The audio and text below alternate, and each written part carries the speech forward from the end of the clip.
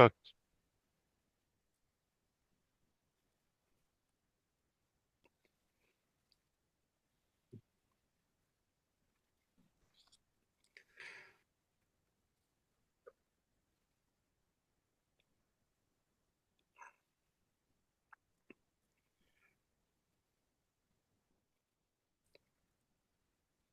Hi, Alexi.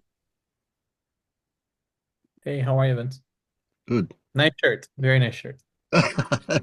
Yeah, prison strike.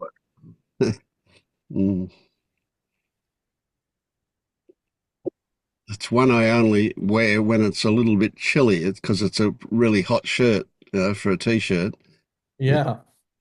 And we've had our first morning after summer here that actually warranted it. So we're moving into autumn, I think, Beautiful. or fall, as you guys say.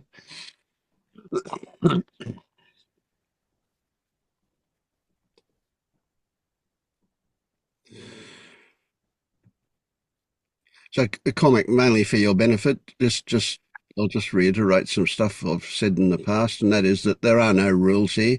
You be spontaneous. Be most important to be authentic with yourself, at least. Good to be authentic with everybody else as well. Um, if you want me to pause a video, if you want to get into anything that you don't want published, just tell me, and I'm happy to pause it while we go through that. But otherwise, it will get published. Um, And the main reason I do that is because most videos I post generally get somewhere between 80 and 100 views of people who are on a list. Um, and it benefits people to watch it. I get frequent feedback that people go, yes, I really identified with what that person said or whatever, and they get value out of it. So I do it for that. But there is a meeting I have every Friday morning here, which is Thursday for most of the rest of the world, where I don't. It's not published publicly. It's kept private, only available to those who attend. So there's that if that's of interest to you as well. But otherwise, don't put your hand up if you want to speak. Just jump in. Sometimes we overtalk, but that happens with Zoom, and it sorts itself out pretty quickly. right.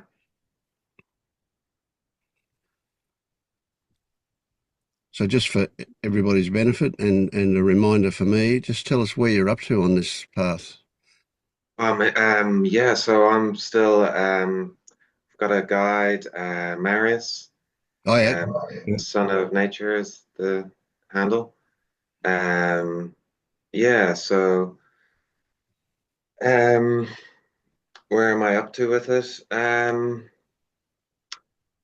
Well, he put those questions to go through the gate up for me the other day. So yeah, I've been thinking about those during the weekend. Um, yeah, have to. I've written out the answer. I just haven't really sent it yet. Yeah. Okay, yeah. I've been reading your thread actually.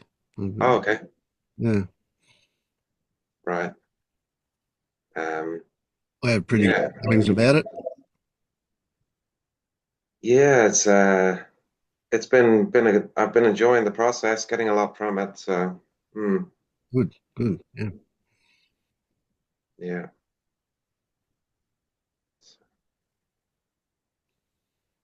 Yeah. Yeah, things are changing with me, I think. Um, Well, you kind don't of think. Let's be a little bit more uh, the thinking. something I'm thinking. Yeah, yeah. So do you recognise that? I mean, I'm repeating something you said here, but essentially that there have been some shifts that things have changed in the way you from the of in the perspective that you view the world and your own self and interactions. Yes. Yeah, so most recently, like when I was thinking about those questions that were asked, I was thinking about the one about intent and decision and free will and choice. Um, yeah, and I had a bit of a realization because I was just lying on the beach, decided that I wanted to go for a swim, and then I was like, oh, I've decided, but nothing's happened. And I was like, well, when's it going to happen? And then I just kind of got up and went into the water, and I was like, well, the decision didn't seem to really make any difference as to when I actually did what I was going to do. And I kind of saw that quite clearly at that moment. And then I was kind of body surfing in the waves, and it was the same then. I was seeing a wave, and I was like, I'll go for it. And I was like, but I didn't necessarily go for it. And then some of them I would just take without deciding that I was going to go for it. Yeah. Um, so I kind of detached from planning a little bit. In that, like, I think that's where a lot of my mental energy was going into just planning stuff incessantly. And so, yeah, the last couple of days, there's been, I don't know, it's like the planning might happen, but it doesn't seem to be as important or something. Yeah, yeah. Yeah. I like it when you say planning might happen, not, that not I plan stuff, No. which is different. Yeah. So have you noticed, so sometimes it's much more obvious than other times, but have you noticed that a plan might turn up, like I'll go in the water, and then after that impulse turns up, the thoughts turn up to say, I'll do it. Yeah, yeah. Straight away, the Yeah. thought would try and attach itself to the action which was already in place. Yeah. Yeah, Yeah.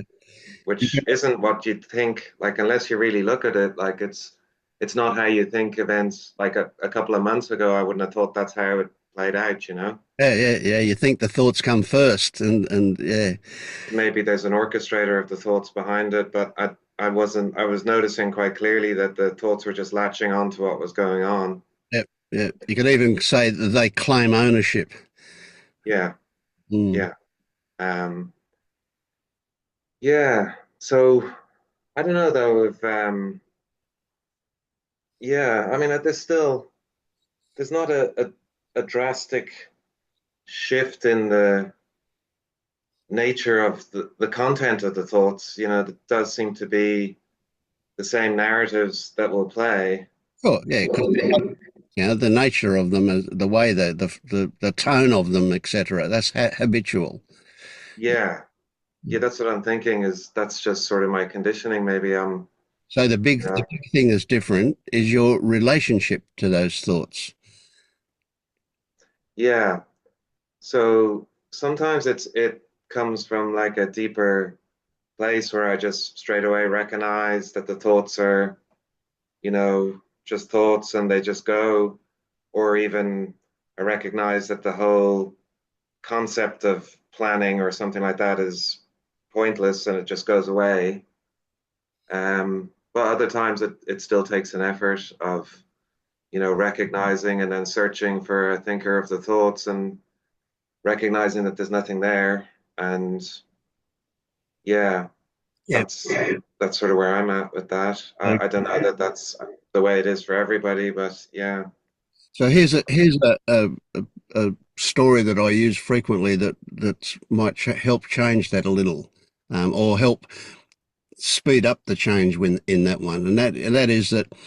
Let's say you fancy a watermelon and you go to the fridge because that's where you would keep a watermelon, and you open the fridge and look in and there's no watermelon, right? So you shut the fridge and you go away, but you still fancy a watermelon. Are you going to go back to the fridge and open it and look again? No, no, you're not. No. You know it's not there, right? So Yeah. exactly the same with the self. What is the point of going looking for a self every time doubt turns up or every time whatever turns up? That's Don't, true. don't Yeah. need to go back and look because you know what you're going to find or you know what you're not going to find. Yeah. So it's not so much a looking now as a reminding, because Yes, yeah, that good. process of looking doesn't have to be me looking so much. It's just reminding because I've looked so many times now. It's like, how many times am I going to open that fridge and there's no watermelon, you know? Yep, good one. So also it is potentially a bit of a trap. There's a process going on whereby you might say, you might do it the other way around. What you might say is, well, I know there's no self there, therefore there's no need to feel this. And then as a result of that, this, whatever it is, might change. Now, that's a process you don't want to do. That's called bypassing. That's coming to a logical conclusion for a short-term fix, and it will keep coming back as a result of that. Right. Yeah. So bypassing suffering or whatever. Yep, yep. So that short-term fix for suffering means that that suffering's going to come back for sure. Yeah. So what you want to do is you want to see what produced the suffering. And so here's a meme for you. It's never about what comes up. It's always about what triggers it to come up. Right. So not about the content. That's It's right. more The more the content content. is almost always irrelevant. It will give you a flavour, but essentially it's not about the content of it. It's about the fact that it exists, the fact that it got triggered, and that's the thing to be looking at or looking for.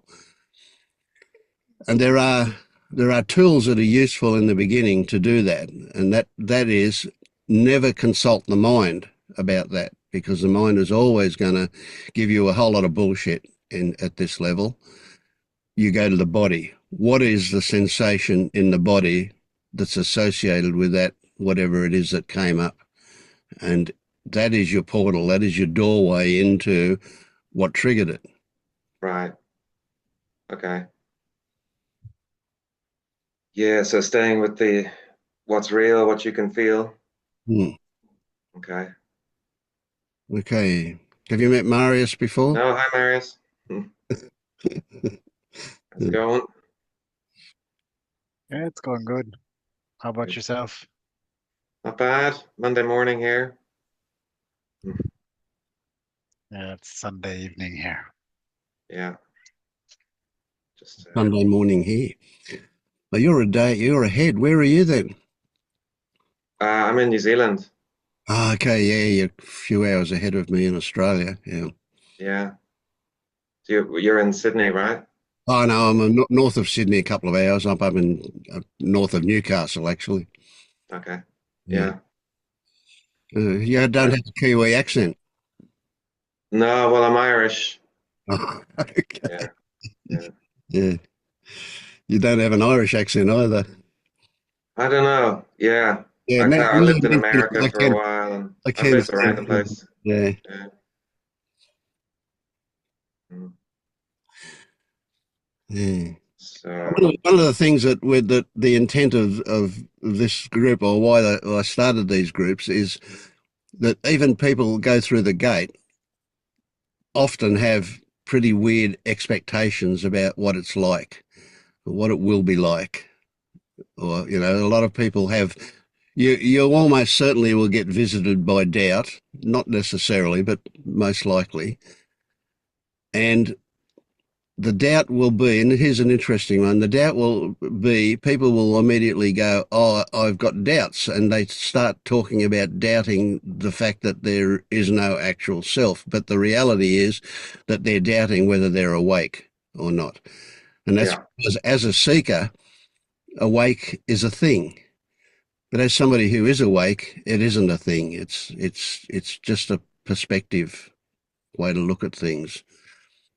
And so people have all sorts of weird ideas about what it will be like to be awake, and that's something that will get realigned to reality, if you like, in these groups. Right. Yeah, so that's helpful for you guys. Yeah. So would you even yourself, you would never have doubts yourself anymore? So say that again. But you would never have doubts yourself anymore. No, it's been a long time since I've had doubts. Right. Okay. I did have. I mean, after I woke up, it was 2011. I did have a couple of months that along came some doubts, and they hung around for about a couple of months. I'm not sure now. I don't remember exactly, but it seemed like a long time at the time. Mm. And then there were no doubts. And then I discovered the fetters, and then I had some doubts again. For about 2 weeks, I had doubts at that point. Started seeking again, actually, and then realised what was going on, and they went, and that's not been there since. Right. That's just me. So everybody has their own versions, of course. Right. Yeah. Do you have doubts, Marius? Did they turn up for you? Not doubts, but I have moments of unclarity. Like, mm, the latest probably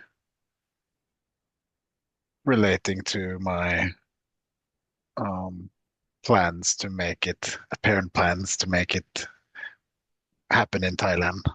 Right. Yeah. What about you? But it doesn't really last too long. Mm. Yeah, it's seen through. You have doubts, Paul? They come for you?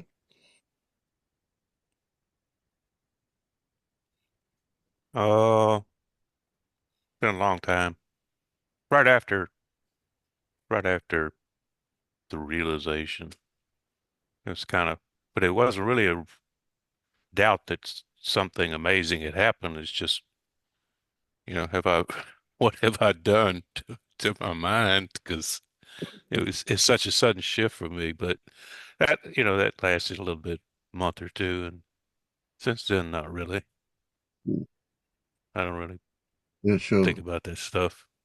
Yeah. It's just, yeah. What about you, Rowena? Do you have doubts? I used to for quite a while, and then I think I just sort of got bored with wondering. I didn't even now I don't even sort of like even think, am I awake or not? There's the stuff to clear, emotional things come up, but yes, I'm sort of somehow, yeah, no, I don't have doubts, but then. Yeah, it's like it doesn't even make sense in a way. What would I be doubting? I don't know, that sort of thing. Um, yeah, and it's so interesting. I mean, I just listen to every single variety of people talking about non-duality, from radical to, just all sorts of things, and just seeing how everyone has sort of their own opinions, and it's just like it's cool, whatever comes out of the mouth, and Yeah. there's no right or wrong way, or I think it's more attunement, really, into sort of feeling that there's not a strong sort of like personal identification and striving, which is a sort of jarring energy. And when even if the mind is sort of analyzing or expounding what it believes or whatever, if it's coming from that freer place, then there's a sense of that. In a way, I think that's an energetic like resonance. So the words in a way don't really matter. I mean, it's just content which can or cannot be useful or helpful or Yeah, exactly. Yeah. So what comes out of that comic for me in particular is that doubts doubts are a bit of an old habit of way of thinking, and they're not going to be fixed or corrected or put away with any mental activity. Essentially, what will happen is you'll simply get bored. It's like somebody with a conspiracy theorist in your ear, and you just go, well, you know, I know you're going to keep going, so but I'm not interested. I'm just not going to engage. So you just get bored with it, and eventually it kind of calms down and goes into the background. You don't. Yeah, it's our conditioning. I mean, I think, because it's a sort of, there's a doubting voice, and then there's the inner critic voice, which still comes up, and things like that. And you just sort of can see that, yeah, it's just all conditioned into us, and it just takes a while for those, habit pattern to fade away. I mean, they sort of served a purpose, I suppose, for us. Was conditioned in to us by other people, and then we took on the voices as our own to make sure that we did well or whatever. I mean, you could see a sort of like a purpose behind it, even if it's annoying. Yeah, we've got to fit in. Yeah, I mean, all those ones, they all. I mean, I do like the IFS concept, that all parts serve a purpose and none of them are bad, even if they feel bad at the time, especially if one's got a harsh inner critic. I mean, it's sort of there's something underneath it that is being hidden. Right. Then it becomes sort of interesting to say, oh, okay, what's underneath that? In itself, it's not really, it's annoying or upsetting, or can be, but then, yeah, it's pointing to something else. Yeah, I'm lucky not to have much of an inner critic. Yeah, so there's doubts, but I kind of flip-flop between doubts and thinking I'm doing well, which I know is equally steering in the wrong direction.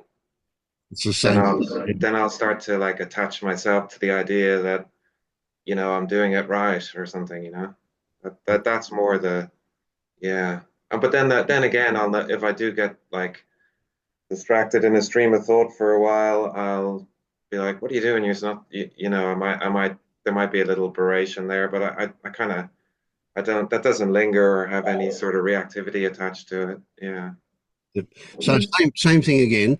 Important to appreciate that the point is not to stop it from happening, but rather to recognise why it got going. So what you'll find is certain circumstances, certain conditions will arise that will trigger you to go off into a mental frenzy kind of thing. And it's interesting that because thoughts are you, it knows exactly where your buttons are. So it's very, very good at sucking you into following it. And doubts always, thoughts always promise you satisfaction if you follow it down this rabbit hole or that rabbit hole. yeah, Never really delivers satisfaction, but it promises, and it does it very, very seductively. mm, Yeah. So again, so appreciate that if you find yourself lost in the thought stream, that's what come up, and it's not about the content of that, but about the fact that it exists. And so you can, in the beginning at least, you can see it as a way of diverting away from an uncomfortable feeling that turned up. That is often what will trigger you into a thought stream. so go back to sensations. Yeah. When you go back to the sensation and you discover that, oh yeah, there is something a little uncomfortable, or maybe big time uncomfortable. It depends. Some people use thoughts as their primary diversion, distraction. Others will use activity. I'm not meaning to be sexist here, but frequently women will get busy with cleaning or something along those lines as a way of distracting. So it fits into their role as a housewife or something along those lines. But so activity can be, or thoughts are probably the primary one that most people will use to distract from whatever's gone on, whatever the conditions have triggered. And so again, it's not a case of stopping the thoughts. It's a case of being aware that something triggered them. And you don't go chasing that something. The way to find out is get into the body, look at the sensations, look at the stories attached to that sensation, and do that. Right. Yeah. No, I can definitely Yeah, feel into that a bit. Yeah. I think with the fetters, there's quite a, there can be quite a temptation to, in a way get caught up with goals or, how it depends on how you use them and how you perceive them as if they are to be broken one at a time, and it's like some ladder of achievement, or otherwise they just point and it's like there's no interest in breaking fetters. It's just that they can show you what's up. And so I think it's always a question of the angle where one's coming from, that to think, oh, I'm doing really well. I don't get triggered anymore, so I've broken fetter 5 or something like that. And it's like, you don't know where something's going to come and trip you up again. So Mm. it's easy to have those thoughts, but they don't. I think it's the one I'm doing well is just the other side of the doubt one. They sort of dance along together. Yeah, you're right. They both kind of point towards, not really being totally solid with that sense of allowing everything to happen or whatever. Yeah, I mean, it's just takes little by little they weaken. Yeah. Vince, I got a question for you. Do you remember you were talking about you had a thread with someone for about 52 pages, and you kept telling them you're awake, and they just would just refuse to believe that. So for about a week, I've been kind of munching on that because with me, I spent a lot of time in this kind of territory. I built my life around this whole thing. So I don't really even know how to describe where I'm at other than like if I leave the now, and it's kind of hard to describe what does it mean to leave the now. It's like if I kind of buy into thoughts, there's quite a bit of not suffering, but it's very, very unpleasant. So most of my time is just like, that's a thought, that's a thought. What is here now? So I kind of keep coming back to that because it's just very obvious the other things are coming up by themselves, but it's like I've conditioned myself to interact with my mind for so long I just don't really know, honestly. And you brought up something interesting the other day, and you're like, "Well, where are you gonna go?" And I was like, "There's no other place to go. This is it." Like, I couldn't imagine anything else. Um, so I don't really know, but that doubt, it's a very sneaky thing. And when I talked to you the other day, it was just a cloud full of complete doubt. Like, there's just when you're in it, you know you're in it. When you're out, you know you're out. There's no escaping. It's just gonna just kind of resolve itself when it does. Um, so like for me, I thought that when the illusion of self will be seen through, it'll be like something has to happen, some aha moment or something grandiose in a way where thoughts won't hurt you anymore. But like for me, like some thoughts come up, I see them. This thing is just like it's like on the megaphone. The way Paul talks about it, someone just talking on the megaphone, but the body instantly reacts. There's like some contraction, some tension. I was like, is this? I thought this stuff is not supposed to happen. So and then kind of some more doubts creeps in.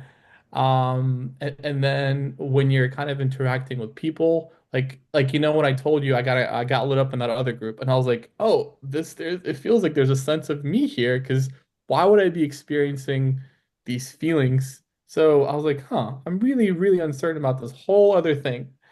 And then you kind of have to start questioning your own sanity a little bit. If you've been doing something for a very long time, maybe your brain's rewired itself, or so all that thing gets kind of it's not clean. It's very, very messy. Hmm. I don't know. Maybe something comes up for you on your end and you want to kind of talk about that. Um, Yeah. So let's clarify a little bit. So Yeah. the first thing is that as much as it's misguided, it's trying to help you. That stuff, those doubt thoughts, those Okay. that confusion there, that cloud of unpleasant. But the unpleasantness largely comes from the stories that are attached but not recognised to that. So you get that thought activity that jumps up and gets really, running downhill, kind of flat out kind of thing. That in itself is trying to distract you from something else. And so that's just a way that you have developed over lifetime of, Yeah. of avoiding that unpleasantness. But then on top of that, you've got this thing that says, "Oh, this shouldn't be happening," and that's where Hmm. the majority of what you feel is uncomfortable is coming from. And so,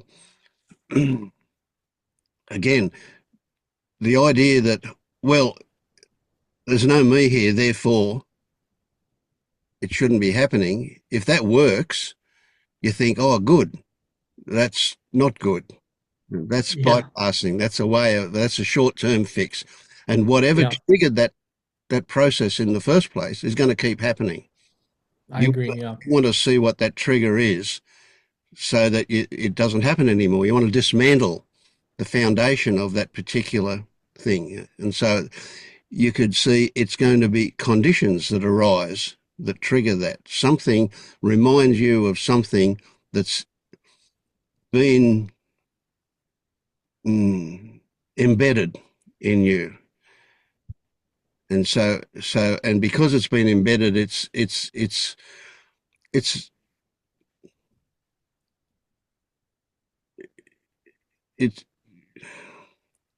what I want to say is along the lines of it's something that's probably held at an unconscious level. Now, we've got to be a bit careful talking like this about Yeah. unconscious stuff, but essentially, it's been a habit to deflect from whatever it is that's going on for you, and what you're seeing is that the results of that deflection, which are the thoughts, and then on top of that, there's the idea that, oh no, I should be waking up, and therefore this shouldn't be happening. And then Yeah. that itself creates a whole lot of unpleasant Mhm. sensations. Yeah. Yeah. So the thing is, welcome it. Right here I am. I've got this flurry of thoughts going on that I know it's something inappropriate about that. Right. Welcome it as saying, here's an opportunity for me to discover what's underneath it. And again, that tool in the beginning that says, how I'll do this is by focusing on what's going on in the body, Yep. look for the sensation, watch the stories that have attached themselves to that sensation. And as they fall off, I can get deeper into what's underneath it, closer to what's underneath it. And maybe without chasing it, and it's really important. So it's an attitude thing here. Don't chase it, because Yeah. if you chase it, you end up, you're never going to catch it. It's I way too understand. elusive for you. Yeah. But invite it to show itself. You love it, you accept it, and you invite it to show itself, and it will. May not show itself in detail, but it'll show that something is there. And that's all you need. You don't need to see the detail. Very often you will see the detail, or you'll have memories, and little movies will show themselves and so on, and you'll get a hint of it. But you don't need to chase it. It's inappropriate. You'll never get there by chasing it.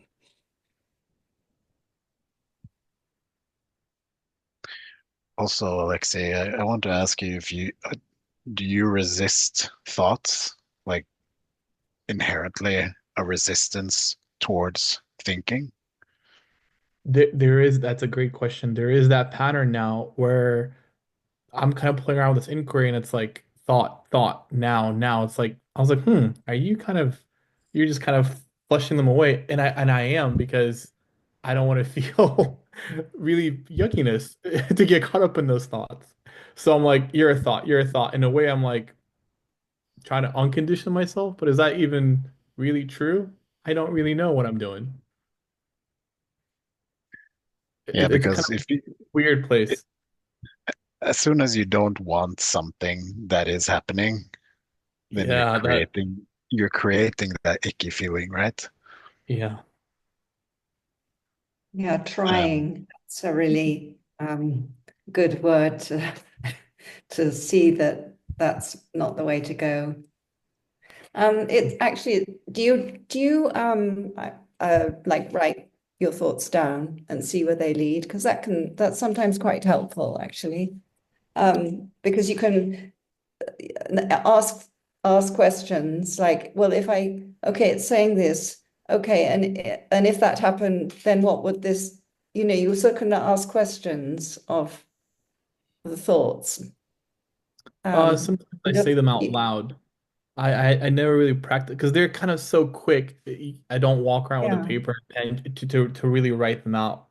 Well, But I'm saying stuff obviously out no, loud. you can't do that all day long, but Yeah, sometimes if it's something that sticks, it can be quite helpful because then you can, really have like a conversation and ask questions and sometimes you can then realize that the loop will carry on and then it'll get sort of I don't know, hijacked in itself and then might see something else underneath that's been hiding and the top layer of that thinking is going to go away because it's been exposed as just like superficial, as it were. so I currently have a belief that if I keep kind of unconditioning myself from thoughts, that they will become less recurring. That is a belief that I'm playing with and experimenting with. And that's kind of what I'm practicing in a way. I'm not really shooing them away, but it's more of like that's just a thought. Come back to just the sensations. What do you feel now? What is in your direct experience? Um, but there is some slight resistance, sometimes not slight, to the thoughts because sometimes they're just very harsh, and you're like, oh God, that I definitely didn't think that. Why is this coming up? It's just so ugly and yucky. Yeah. So appreciate that there's an invitation there that's not recognized, and that is not to look at the thought, but rather look at your relationship between you and the thought.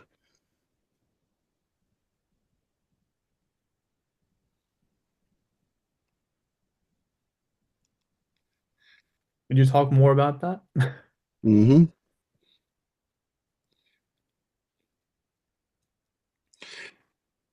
It seems that you have settled into this thing where you see the thoughts as, well, I won't go as far as to say the enemy, but you see them as inappropriate. Yes, Right. in some way. Yeah. Yeah. There is that there. Yeah. So your relationship is that there's a level of annoyance about the fact that they're there. Yep. That's definitely true. And what I would like to see happen is that you would change that to a feeling or an attitude of, uh, I'll go as far as to say love, that they're there trying to help you, appreciation, that they're there trying to help you. They're totally inappropriate. They're Yeah. like a little kid that's nattering in your ear and won't shut up about something, Right. but their intent is to help you. And so if your relationship to them is appreciation, not about the content, about the fact that they're there, then immediately you can fall into, oh, what an objective, somewhat objective attitude that says, oh, you're here. You're knocking on my door. I'm not gonna let you in, but I appreciate that you're here trying to help me. And therefore I can look at what were the circumstances around you arriving. what triggered you to start being so active?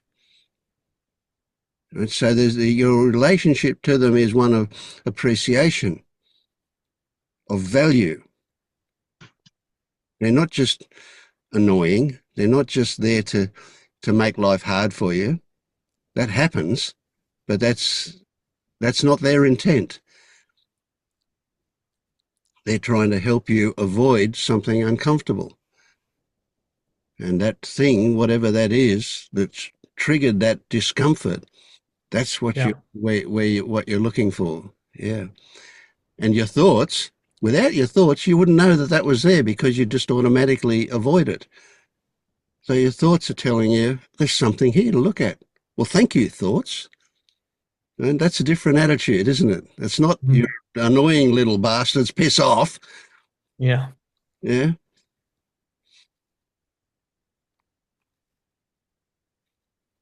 Also, in the terms of judgment of, let's say, darker thoughts, Yeah. first of all, we all have them. Um, and second of all, and this is just a story, but it's a helpful story, perhaps. If you can imagine everything that you have repressed or tried to shove away, not look at during your whole lifetime of different traumatic situations, and you look at your mind as a mirror that is mirroring all those repressed thoughts and emotions. So everything that comes up is just mirroring everything that you have repressed that just wants Right. to come out and be seen. But if you keep pushing them down by not wanting them to be there and judging them and not accepting that that is a part of you, it's a part of all of us, then they're just going to stay there. With the feelings, it's easier. When the feelings show up, I'm like, okay, this is a really yucky thing, but I welcome you here, and it's so beautiful you showed up. I have that attitude with the feelings. I don't try to push those away, but with the thoughts, like sometimes it's like, oh, you need to destroy your life. I was like, I can't destroy it anymore. Like this is just a bad idea. So it's things you're like, this is just ludicrous nonsense crap. Like I cannot like you're here. I don't know why you're here. The content of the thought is just this is just utter rubbish. And it just kind of turns into annoyance. So then for that, I'm like, okay, you're a thought. I don't know what to do with you. Like, what do I do with you at this? And then sometimes, like when you look at people and just these random things come up and they're just so judgmental. I'm like, I'm not judging these people, but it's like instant immediate reactions. And I'm like, is this how I was brought up? Like, how is this conditioning so strong to judge? And maybe it's present in every single person. I can't evaluate that. But that's I'm like, please go away. You're just a thought. I can't be dealing with this. This is terrible. Like it's not the way that I wish the world was so judgmental and harsh. At least I don't think that I'm thinking those thoughts, but the fact that they're there and judging things like, ugh, it's very yucky. Mm. No, but you're not thinking Something those thoughts. I'm Sorry, Rena. experiencing those thoughts though. They're there, they're but Yeah. it's just, not yeah, they're just somebody coming up. thinking them.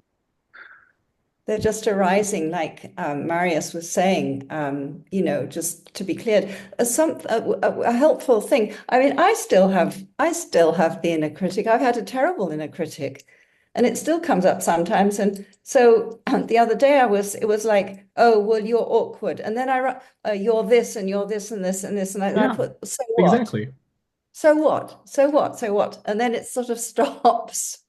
And then it's like, oh, well, that's all those years of striving to be perfect, and all that waste of time of just striving, because that was the only way to, a sort of the survival mechanism of this conditioned state. And it still goes on because there's still stuff to, I think really get to the dregs of, accepting the complete and utter hopelessness and futility and powerlessness. There's still like little bits that the nuggets to mine, as it were. And so I think, if you could like have just have the curiosity and have that so what, and then you're listening, you're not trying to get away, because it's helpful sometimes to say that's just a thought. But sometimes it's actually helpful to listen to the thought and let them spew, because it's like a pressure cooker and it just wants to say it all. And then once it's said it all, it's like, that again. And then, yeah. Can you talk about the attitude behind that you have when you say that? So what? Can you talk about how you feel? That's what I'm very curious about. Yeah, the so what is, it's like, again, it's like the child, mommy or daddy or whatever, Yeah. I'm this and I'm that. And of course, probably we got the critical side from the parents, but we're parenting in a way, if you like to look at it like that, parenting ourselves. And so it's a sort of a loving place. It's not like, so what, Yes. Not combative. it's like, so what, so what? It's so what? What's the I big see. deal? You're this and you're that. And so then you can, in a way, it's like owning all our the inadequacies and realizing that that's just a flow of thought. It's got nothing to do with here right now, but it's old energy that just with this, there's this, I think, so what is just really sort of really nice to it. It's just nice and it's listening and it's just diffusing. Yes. Yeah. And thank you. And also, if you get a thought saying, "Oh, I've got it," you can also say, "So what?" Not Yes, just yes. with negative This thing ones. really knows everything. It just comes up from every single angle, Yeah. like from inside, outside. It just comes in at the right perfect time. So it's really sneaky. Oh, yeah. And something else to appreciate here, and essentially Rowena touched on it, and that is that a lot of this stuff has been in us since childhood.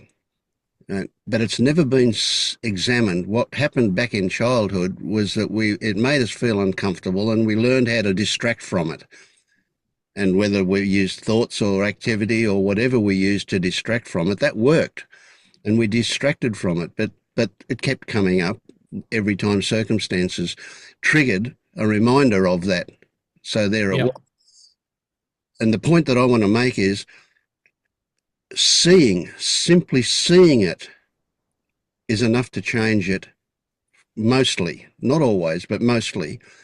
That's because what happens is that the moment we see it, the adult in us recognizes the limited perspective that the child had when it was developed. And because of seeing it, because it's out in the open for the first time, and we're seeing it, that's enough to change it. That's enough so that inherent belief gets changed, gets dropped. That's the foundation for that particular thing.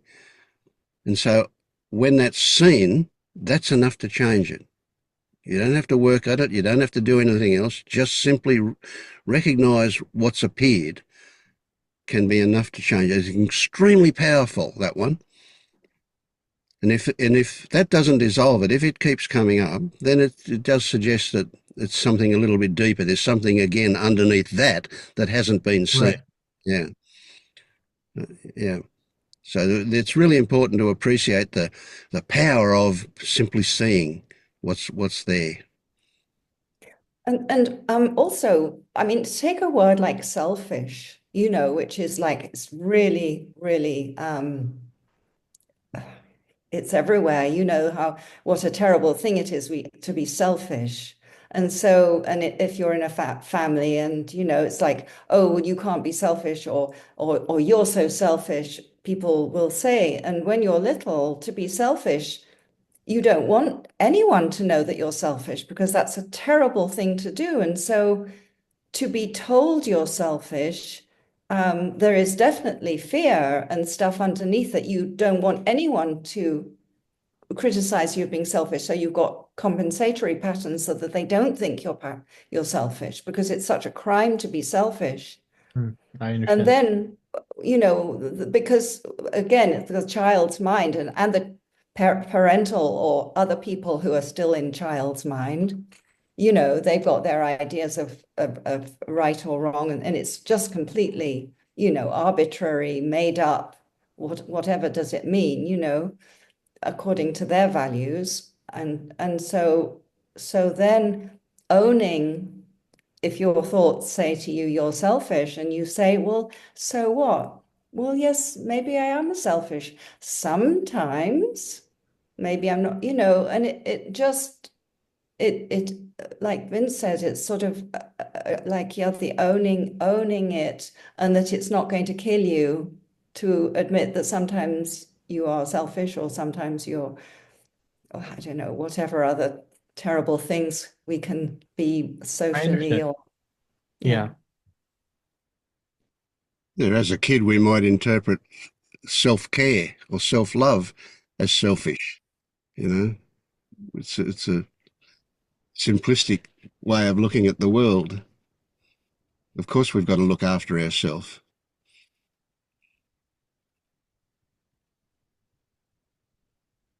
Even looking at the concept selfish and what that means for me can be totally different from what that means for you. And to be kind of, to see that and to understand that for all concepts, it's also helpful.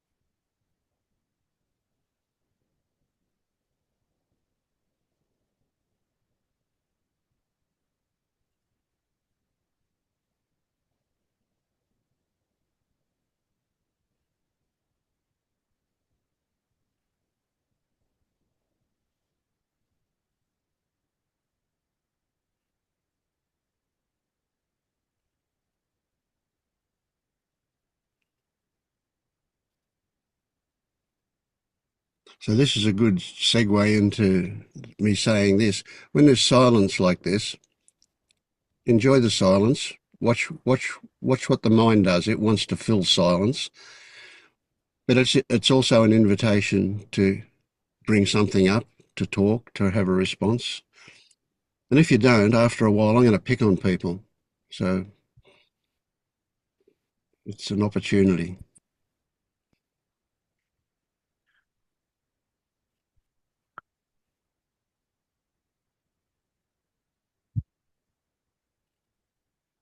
My Just spidey senses.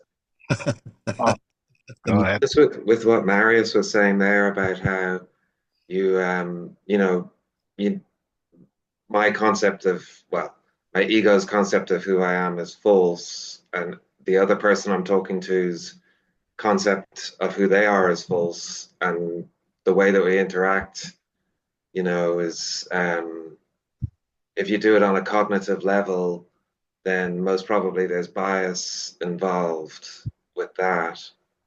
And yet, I get that, but at the same time, I don't feel like my interactions with people are at a different level because of that intellectual understanding. And yet sometimes they are different. Like, there's no cognitive stuff going on, but more often than not, it's just the old patterning of, my mind trying to work out what they're saying to me and me making a judgment on that and giving back my opinion or whatever. Yeah, that's a good one. So one thing that comes up that I say frequently, appreciate that any opinion is a judgment. Yeah. Now, again, if that happens, it's not that we don't want, well, of course we don't want it to happen, but push that one into the background and allow it to be there, and recognize that there's something triggered us to have an opinion, to be judgy about that something. One of the things that I use is that After all this time, I've got no idea about me. I don't know what triggers things, what goes on. It's a big mystery. And if I'm a big mystery for me, of course everybody else is an even bigger mystery. I have no idea about their history, about their conditioning, about why they're coming, or even what they really mean by what they say. So the idea that I know what they mean is pretty arrogant, pretty, that in itself is an opinion. I think I know what they mean. And the reality is I don't know. I can't know. I can be curious and I can ask questions and find out more and more and more, but I'll never get to the point where I go, oh, yes, I know. I will get to the point where that's enough. I don't need any more for this interaction to keep going. And even though they might appear or behave like they know where I'm coming from, I know that they can't possibly know, but that likely they're the way I used to be and they've got an opinion about me. And that's fine. It's about them. Their opinion about me is about them, not about me. Even if they think it's about me, it's not. It's a reality that you have to experience something in order to know about it. And even then you're not going to actually know the details, but it's touched you to have that experience. So whatever you think exists in somebody else is something of your own experience. So especially when you come across arseholes in the world and you have a judgment about that, you know that you're in contact with your own arsehole. Yes, if you know what I mean. Yeah. Yeah. So it softens everything. Don't really mean judging their nature as to who they are so much, but yeah, no, that does happen as well. But um, you know, just judging their motives or the direction in which the interaction is going. Yep. You know? Well, that's still about you. You see, why Yeah, do you adopt that relationship with that person? It's because you want to feel something about yourself. I don't know. Like a lot of the time, they pay me to listen to them, so I haven't made a. I suppose I've made the choice to do that job. So yeah, Yep. So under those circumstances, I presume that your profession is to listen to people. yeah, Then, of course, what you're going to do is just be really curious, constantly curious. Tell me more. Tell me more. I want to know more about more. Give me details. Oh, you said such and such. How I respond to that is such and such. Is that accurate? Is that what you really meant?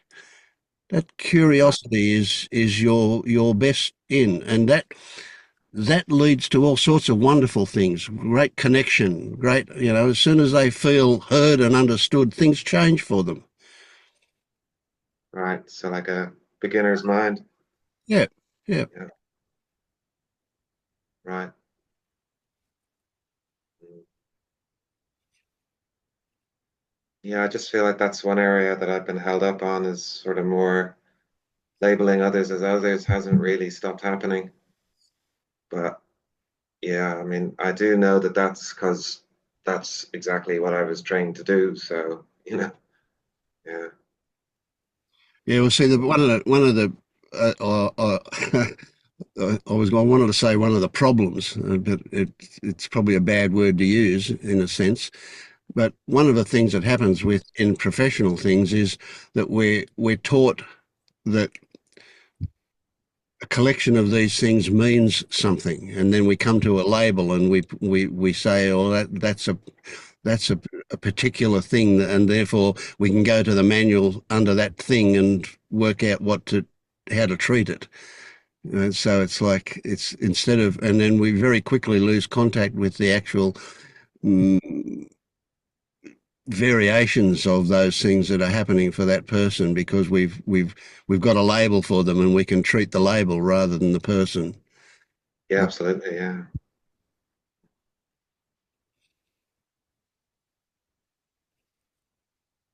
yeah, that's well, that's my experience with it anyway. Yeah. Mm. And it works personally too. If we come back to this, it brings up another line of thought for me, and that is that labels of any kind are the extent that we can go to with language about something, and it's a block. It's a wall across the road, if you like, to understanding when we get to a label. That label says there's no need to go any further, you've got it. Well, it's bullshit, because it's always, labels are always really superficial. They never, there's a lot further down the road that can't be described with words. Language is not adequate down there, but experience is really open to what that is. So you can experience all sorts of things beyond that you can't actually describe accurately beyond labels. So labels are good in that they give you a direction. They point to a particular perspective and a particular direction, and then you discard the label and go beyond, and then it's simply experiencing that happens at that point. Right. Well, that's kind of theoretical, but yeah. Anyway, we'll more of that'll show up if we need it. I also want to just throw out there you know, what's happening inside when you're forming or you have an opinion. Like that is essentially creating a separation, unless you agree on it, of course. But that can be energetically felt as well. If you're actually disagreeing on something and you're holding on to your opinion, that felt sense of separation is also something to look out for, and also how that closes everything else off if you hold on to your opinion. So in Yeah. a professional or non-professional sense, it's something to just be mindful of. Mm. I mean, it still creates separation and duality just to come to the same conclusion, because it's like I'd be saying that they're that way and I'm not, you know. But then again, I'm probably not a lot of things as well. So yeah, yeah. But I think that, like, I go through periods of it kind of flowing naturally if I don't overthink things too much, just kind of intuitively can get through a day of talking to people. But mm, I've got to kind of accept that at the end of like a at the end of an interaction, there's going to have to be some sort of label established and put down and move forward from there. You know. Yeah. Yep. I guess I'm not labeling the person when you think about it, because they're not really defined by the label that I've put on them anyway. You know, it's just a label for a set of It does have symptoms. its uses, for sure, yeah. But if you recognize that that's just a convenience, for being able to write something down, or whatever, it's just a convenience. But there's a lot more way beyond that. Yeah.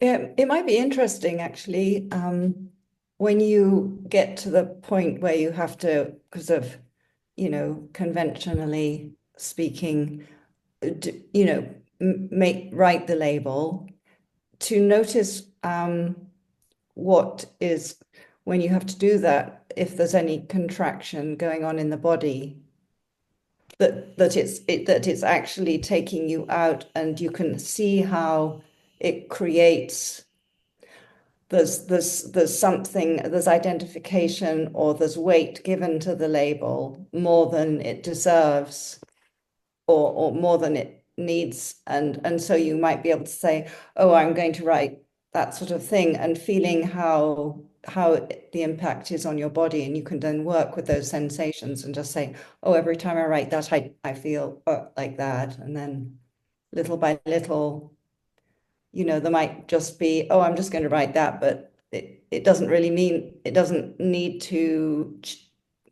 cause separation. It's just playing the game, as it were, without having, just creating a duality. It's just, I don't know Yeah, if no, that I do makes. notice the contraction. You're right, and I can Yeah, so notice that while people are talking to me too, and I notice the difference of when I'm, not um, doing that too. There's an expansiveness which I can feel into. Yeah, yeah, so that's a good opportunity. I mean, obviously not when you're talking with somebody, but afterwards, just to revisit. And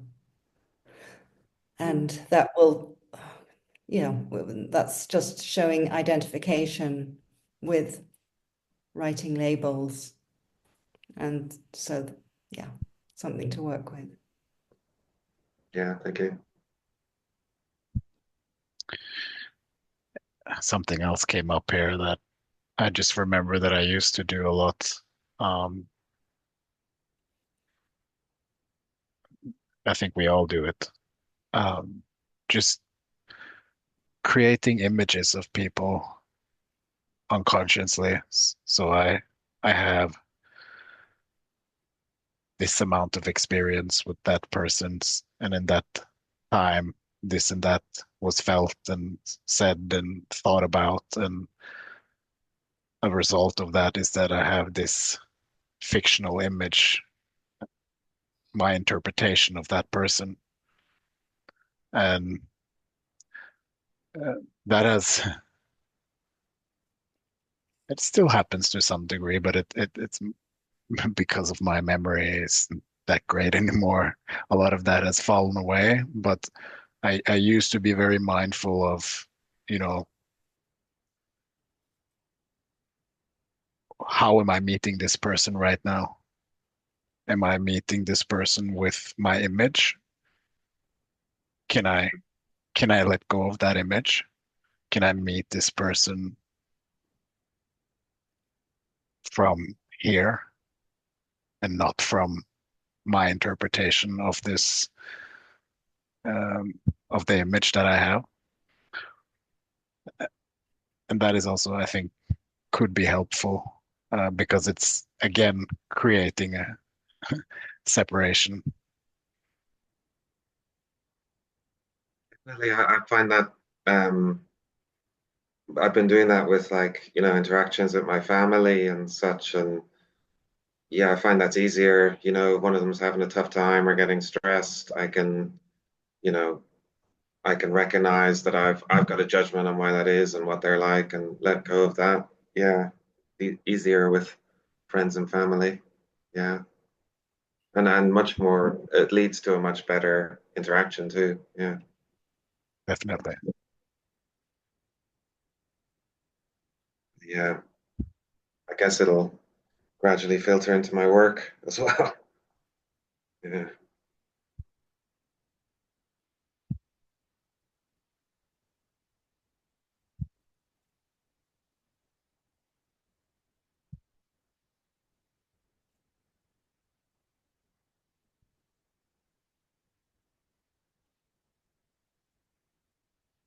I discovered that, well, I mean, I had a huge fear, and I never knew it because I was completely armored of being scrutinized, being looked at.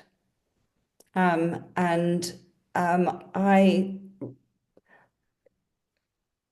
so the way I really found it was when I was looking at the sort of subject object borderless. I started working with having it didn't have to be a person. I didn't work with people, but I actually looked at objects and then had the objects look at me. And I had all this fear. I mean, it went on and on, lessened, but in the beginning was really hugely fearful. And it was just, I mean, it was pre-verbal, I think. It wasn't, it was just pure raw experience of uncomfortable feelings. And that went on really for a long time. I mean, I didn't do it all the time, but I thought, oh, I'm just going to see if there's any charge of that cushion looking at me, little by little. And I found that was really helpful because while we're projecting on, we're also receiving. And can we be like transparent and open in ourselves to be with somebody else? Then there's less likelihood of also the way Marius was saying, creating sort of a barrier with somebody else. So sort of like Gestalt type of thing, but with crazy objects.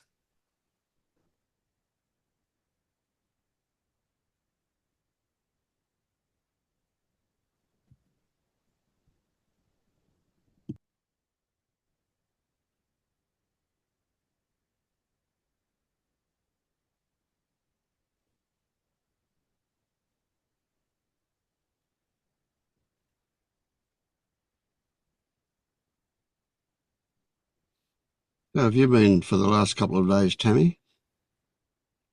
Well, um, yeah, I don't know. Um, the body feels uncomfortable, and I just notice it um just being very uncomfortable no matter what position. And like, yeah, it's just kind of interesting because I don't know if it's trying to distract, but I'm very aware of the discomfort. So sometimes I'm just trying to sit there and feel it instead of constantly readjusting and then doing stretches and whatnot. But I don't think I'm making anything of it, but I noticed in bed this morning the thoughts were telling me like, oh, your spine is this and that and whatnot. But I didn't, I don't buy into the thought stream. I just notice it. And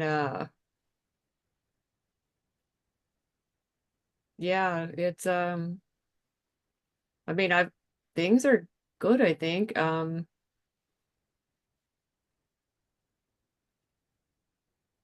Just Things are good, you think, but things are not I so mean, I don't know. good. I know. I just that comes out. Like I don't know what that means, good or bad. I don't know. I mean, I just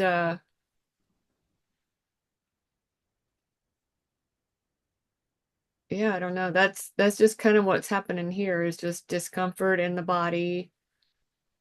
So Nothing serious. when you don't try and change the discomfort, when you just sit with it, have you I had mean, the I adjust experience? sometimes because it's my the neck feels like it needs to be popped or you know, so I just kind of sit and sometimes I adjust, sometimes I don't. I don't know.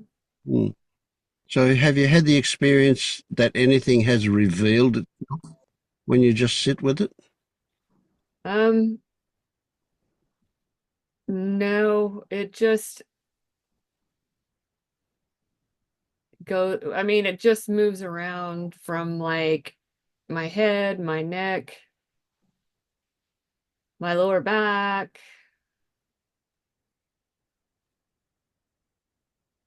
but So I don't know can if you what's can you contact the an idea that it's trying to show you something? yeah, I just kind of let it be here and just say, is there anything underneath this? And Yep. So when you say that, when you ask that question, is there anything underneath that? Is it with the intent to get rid of it, or with the no, intent to find wondering out? what needs to be seen. Yes. Okay. Good. Good. So yeah, you're looking for what it wants to show you. Yeah, but it's not showing you. Yeah. And also, I must say that when I do kind of sit,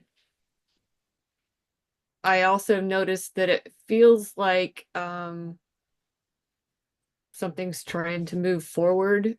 And I know that kind of sounds cliche because I think I just heard someone else say that before, but it feels like that Yeah. perception of trying to like something bigger is kind of coming. Yes. Yeah. Good. Good. That's excellent. I like that. Yeah. Thing, because I know that this like it has in the past, like everything has been very gradual, so there hasn't been like any one big giant thing happen here in this over here.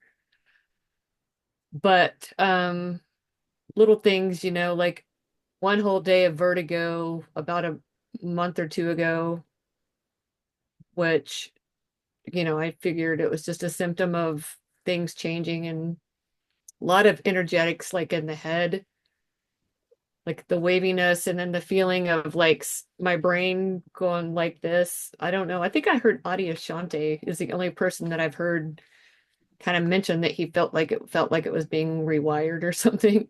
Hmm.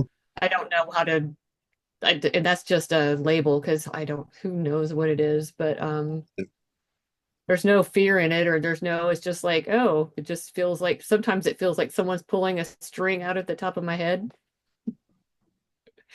So that's all it just goes on here. There's just stuff moving around, and Hmm. yeah, I don't know. Yep. And it's it's possible that you'll never actually see what's behind it, the details of it, or what's under it, but it can still Yeah. change. That relationship changes. You have a good attitude by the sound of it. I judge your attitude as good. that that you're open to what it wants to show you. Oh yeah. I mean, I really like, I don't have that thing of like, oh, I know what this is, or I know Hmm. anything, but I also am not tied to like, I don't know, but it's just like, You're I don't curious. know. Yeah, yeah, that's right. And you're not pushing it away. That's the big thing. That's really important. Yeah. Yeah. I You, mean, I've heard a lot of, I listen a lot, but I don't really listen. I like to sit and have, say, like Lisa Cairns or Angelo DeLullo in the background, or even our videos or whatnot. I'm not tied to them because I'm not seeking. However, every now and then something happens, like I will hear something and I'm like, oh, okay, yeah, that's what that is. brilliant. Yeah, that's great. Yeah. Not tied to it, but what else am I would rather do that than, I'm not trying to get distracted by anything. Yeah. So You're not going to lose yourself in Netflix as a way of avoiding. no, I actually put Netflix on, but I don't go into the story. I will watch, but I'm also watching, or Yeah, yep, yep. Good, good. whatever that is. I don't get lost in, as a matter of fact, if anything, like the stories of other people. That's what I do notice when someone wants to go in their story and show me things or tell me about things. I just don't care. And that's one balance where I'm trying to find, because I've never liked that. I've never talked about my story when people ask me about, oh, what do you do for a living? Where do you live? I've always hated that because I guess I don't know why. I just never cared about other people's stories or Hmm. mine. So that kind of is hardish, and I don't know what that is all about, but Yep. So that's an interesting possibility. If you're watching a story that somebody's portraying, in whether it be a pure construction like in a movie, or whether it's a real life in somebody else that you're interacting with, but if you're watching that and not engaging with that, you're also not engaging with yourself. So it occurs to me, and it's because I'm quite the opposite. I really get involved in whatever I'm watching. I'm laughing and crying, and my wife keeps saying, "But it's just a movie, don't do it." And I'm going, "Well, I'm enjoying doing it. I'm going to do it. I'm going to cry, and I'm going to laugh, and I'm going to get angry, and I'm going to shout at the thing, and I'm going to do all of that stuff because I'm happy to do that." That's the opposite of you in a sense, or quite different to you in that way. Yeah, I mean, I feel like if something, it doesn't mean when I'm watching, like something doesn't bring up something in the body. Yes, that's what I'm Like pointing to. Yes, yeah. there's one show that we were watching on Net No Prime or something called the Beast Games. And it was like a show on trying to win a bunch of money, and you watched it too? Oh, okay. Now people were going against each other, and it just showed the human nature of people, like, trust me, and the betrayal, and my story is better than yours. And that I liked watching that because I was just sitting there and it would just bring stuff up, and I just Yeah. would sit with it. I would be burning, inside, and it was just be like, whoa, this is really interesting. But it was just because the human always wanted everybody to get along. Yep. I always felt like I wanted peace. I didn't like people taking sides against each other. And watching this game, no one, it was going down to one winner and people had to betray. It's kind of like something like Survivor or something where people Yeah, yeah, yeah. jackpot or something. And so it was hard for me because you could see the mind wanting to be like, I like this person, I like that person. But then I really liked all of them. Mm, And I hated when they were going against each other. So it was just like, oh, just bringing up a whole lot. You just, yeah, yeah, yeah. and Yeah, some shows, they do bring stuff up like that, but I'm aware of it. I don't get lost in the story, but I notice what of the story, if something in it causes a little something in here. And if something, it's like I welcome tears, I welcome crying, I welcome great. anything. Don't, but I've had a life, my whole life though. I've been pretty emotions on the sleeve. I've never tucked anything down, except for probably when I was really little. Yep. But yeah, Hmm. as a matter of fact, my first memory, I find this interesting, is my first memory is of shame. Right. And I was like 18 months old. Oh, wow. Yeah, because I remember I just got out of diapers or nappies or whatever they call it where everybody lives. And I remember I was in training pants and I just remember having an accident on the carousel and my mom changing my diaper. And I only know I was that old because when she was alive, I told her about it, and she was like, "Oh my God, you were like 18 months." And I Yeah. told her about the game and everything. She was like, "Oh my God." She goes, "I felt so bad because I didn't have another, some more like training pants with me. And I felt really bad to had to put you back in diapers." Hmm. I just remember that feeling, and that's my first memory. Yep. That's pretty amazing. Yeah. So no telling what all was labeled, stuck onto that. Dunk, dunk, dunk, Yep. dunk. Yep. Yep. And it occurs to me that shame was a distraction from the guilt. Yeah. Oh yeah. Yeah. So Yeah. it's easier to handle shame than it is to handle guilt. Yeah. So yeah, really interesting. Yeah. So you can immediately see how that would have been trained into you, even though mum came up with this apology and so on, that Oh somehow yeah. you learned to feel guilty when that happened. That you had this story already that it should not have happened.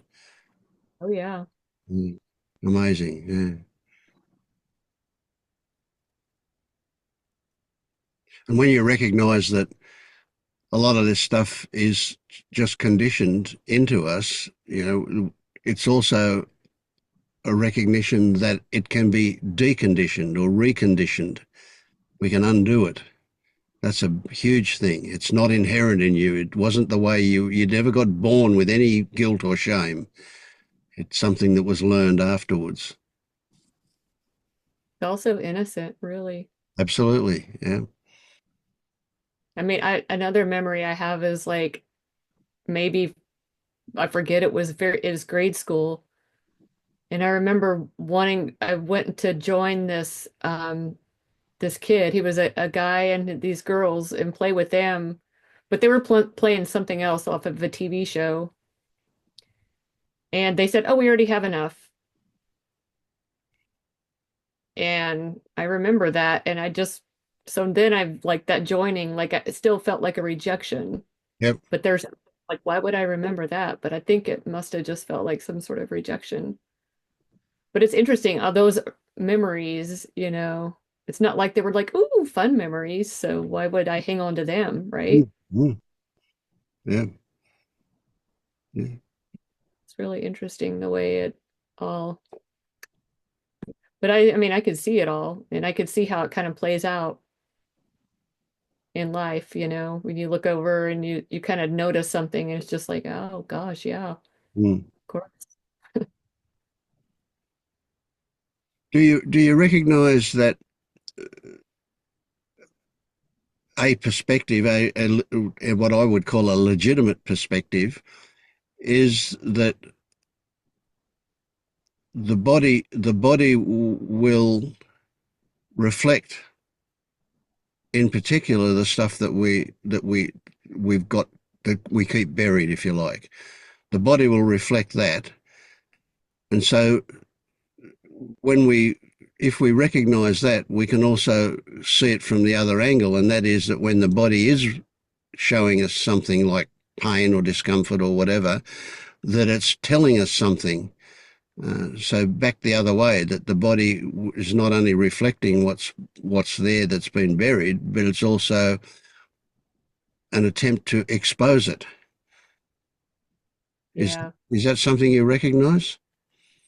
It's something that, yeah, I 100% could see that and kind of believe that. And it's like, that's why I try to give it, attention, but not focus on it, Yep, good. Okay. but just like notice it and just, What I find useful with that is what I call organ language. So we have a lot of sayings that have developed in our culture, whatever, and it's different in different cultures. But if if I have a stomach ache, for example, um, I would say, "What is it that I can't stomach?" mm, Right? yeah, If I have a sensation in my throat, I'll say, "There's something I can't swallow." An idea usually. I can't swallow that. It just doesn't sit right. Um, there's every part of the body. There are all these sayings that we've learned, and if you can find one of those that relates to whatever the particular sensation is that's appeared, it can often be revealing. It's just a way into, and it may or may not work, but it depends on if you can find a saying that fits with that. yeah. I know, I noticed that, like, I guess I had slight scoliosis and I think it's gotten worse. So I think that's something that, Yeah, I don't know, maybe I've just felt like maybe I was carrying a lot around. absolutely. Carrying all that weight. Yeah, you were Atlas with the weight of the world on your shoulders, and it was pushing down and causing your spine to take an S shape. Yeah. Hopefully it's just like, right, it just came across my mind, like my job. Hmm. And that's another one. That's a really interesting one, and you've already got that. But for the possible value to other people, there is a. It's really valuable and um, useful to listen to your intuition about those things, and your intuition will present as thought. So, but different to that kind of thoughts we've been talking about. They will come up as suggestions rather than statements. And if you're open to it, and a technique that I frequently use that really works well is, what is the first thing that comes to mind? If you ask that question, what's the first thing that comes to mind when I think about that? And if your job jumps up as the first thing that comes to mind, that has some legitimacy. You know, it didn't come up. It wasn't your dog. It wasn't the neighbour. It wasn't, the anything else. It was that particular thought turned up. So it's worth then considering that. It's not to say that that is it, but it's an Feels like opening it for really, consideration. Yeah. it definitely feels like it is because I think I mentioned before, it's like national park, and I feel like the animals and the resources, yeah, like I try so hard, but there's always this, the world of duality doesn't think sometimes that stuff like that needs to be Yep. protected or Yeah. Drill, baby, drill. Okay. yeah, so I already know that's what it is because yeah, there's been a lot there in the past and a lot of emotional releases there and a lot of letting go, if you will, and yeah, Yep. So that's some when you say I know what it is, that's just a beginning. That's not an end. If we say then that reflects something else. That reflects my attitude towards it, my connection with it. And then it opens up the next level of investigation. And you don't stop at saying, well, this is because of my job and therefore I've got to change my job or whatever. It's not like that. It's to when say, okay, yeah, I just intuited because I was like, there's something else. And then it's like helplessness. yes, okay. So And that's it's like, that's the issue, yeah, isn't it? Yeah, I'm stuck. I can't do anything, and I don't like it. Yeah, yeah. not being able to control. Hmm. Hmm. And that might, at one level, you could go, well, that's terrible. Here I am. I can't do a thing about it, and it's so wrong that it's happening. And then I go, okay, that's. I think things should be the way I think they should be. This is very personal for me. This was a recent discovery of mine. I think things should be the way I think they should be. And then you go, oh, hang on, that's pretty arrogant, isn't it?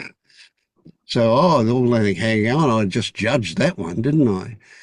But there's a belief, I think I know how things should be.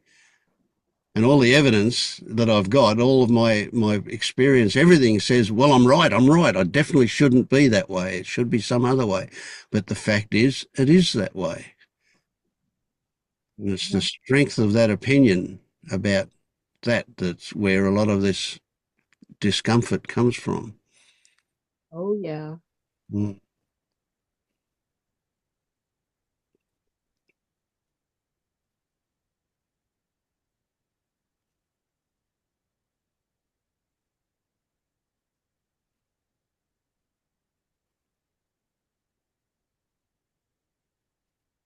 Tammy, Yeah. uh, you said you had some discomfort in your neck and you said you felt like it, this is not non-dual. You said it felt like it needed popping. Uh, I know a lot about that. I had a similar problem. I'm looking at you. You got a lot of muscle spasm in your neck, don't you? Yeah.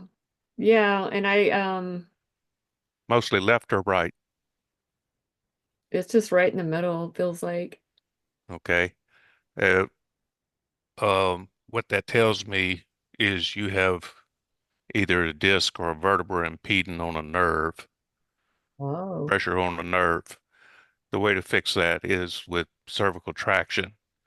And the easy way to do that is to go to Amazon and get an inflatable cervical traction collar.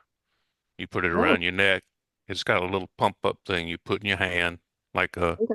like you squeeze for a blood pressure thing. and it'll Yeah. lift your head up and separate, put some more space in there and take the pressure off that nerve. Like, yeah, see, that's exactly what I've been feeling like, because I was like, if I could just myself just go like, Well, you can actually do that, you know. You can put your well, hands up under here and push up, and you can feel some relief with it. That tells you if you put that cervical traction on and pump it up, you can actually walk around with it, whatever, and it will gradually pull all that loose and put that space back in there, and you'll feel a lot better. Because I could tell right now you're stiff as a board right there. well, yeah, I feel like these chairs don't do much either. Like I'm in a new place. Like I'm staying at my sister's house this winter. And some of the chairs, I'm just having to adjust to other chairs and whatnot. Well, But forget about chairs. It's not going to matter what chair. It's if you don't get yeah. the intervertebral space back, you're going to keep suffering that. Those things are relatively cheap over at Amazon. If you get one, I guarantee you it will help you. Oh, I'm gonna get one. Thanks, Paul. And I can suggest that until that arrives, what you can do is you can get a bath towel and divide it into fold it 3 times lengthways, right? So you're holding it at one end and you fold it up 3 times and then roll it up. So you've got to roll about that round, and you put that under your neck when you lie on the floor, and put that under your neck so that the back of your head is off the floor, just a little bit off the floor. That's how much bulk you want under your neck, and then you allow your head to relax, and in about 10 to 15 minutes, you'll find that your neck stretches and your head will be touching the floor.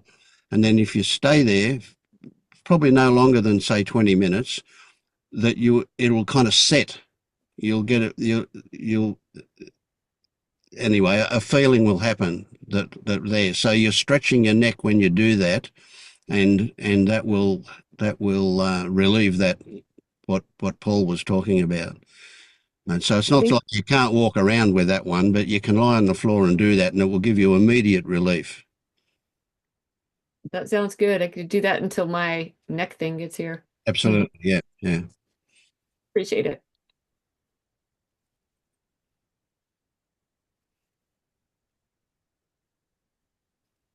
Which I find it, there's no thought concentrating on my whole body right now. But since like we're talking about my neck, that's the only thing I feel discomfort right now. It's kind of funny, like what, the old Sailor Bob thing, what's wrong with right now without thinking about it. Mhm. Hmm.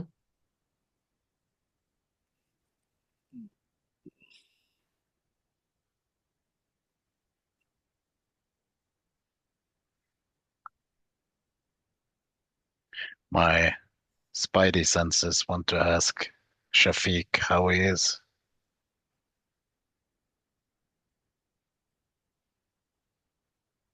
Um,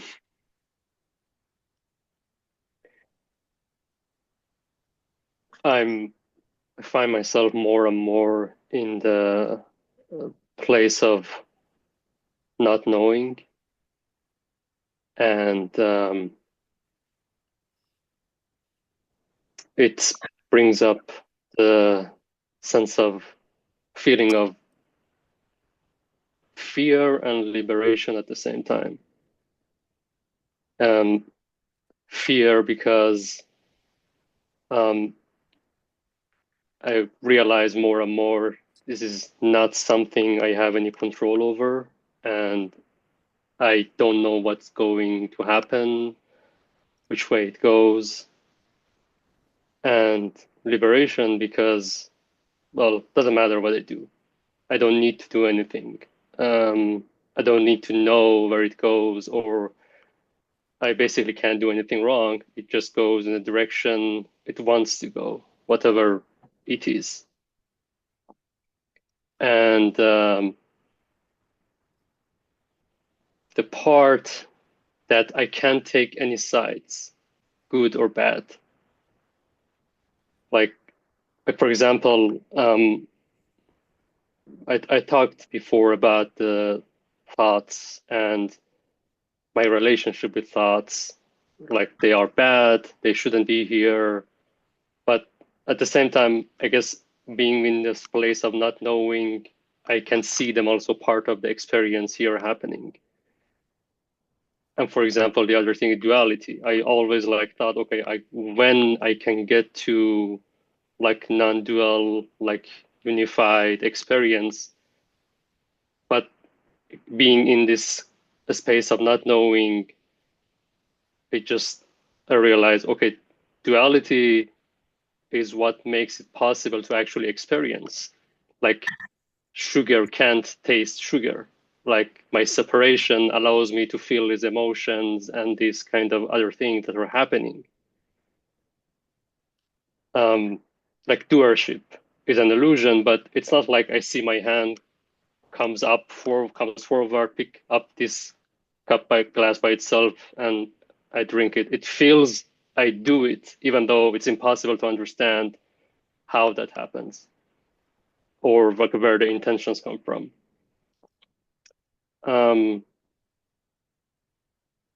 So yeah, I'm in this place of feeling disarmed and can't take any position.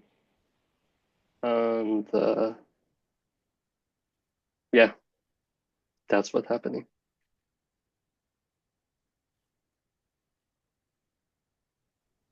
Beautiful.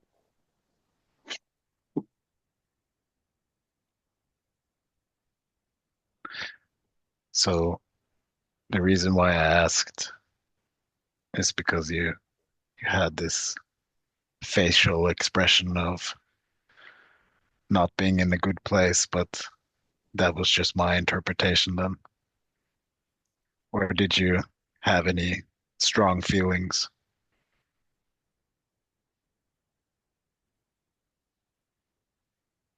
It's still uncomfortable. Yes, it's very new to me to just be in this place of not resisting this, not knowing.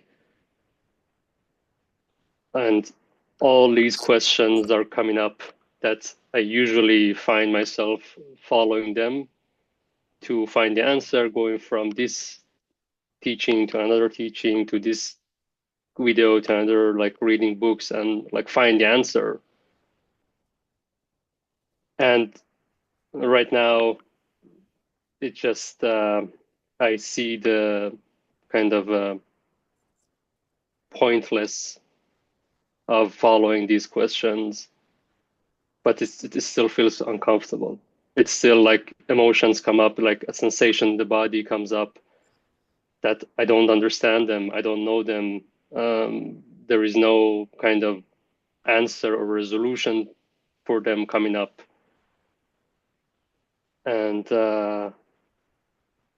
yeah, as I said, like disarmed is has a negative connotation for me. But well, it is what it is. Can't do anything about this.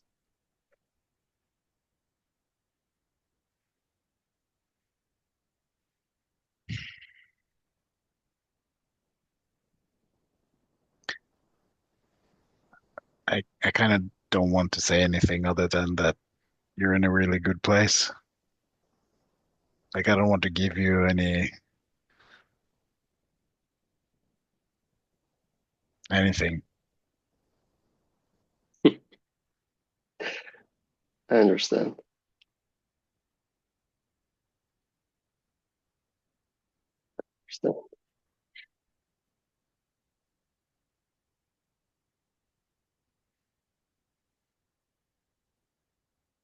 The reason for that is that could end up being some carrot you're trying to grasp. Yeah, and I'm very good at it.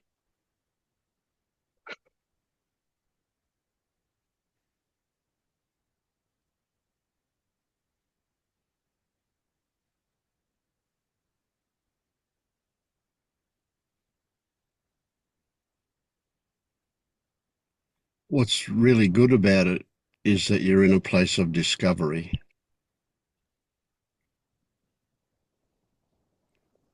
And the curiosity that you kind of exhibit is perfect.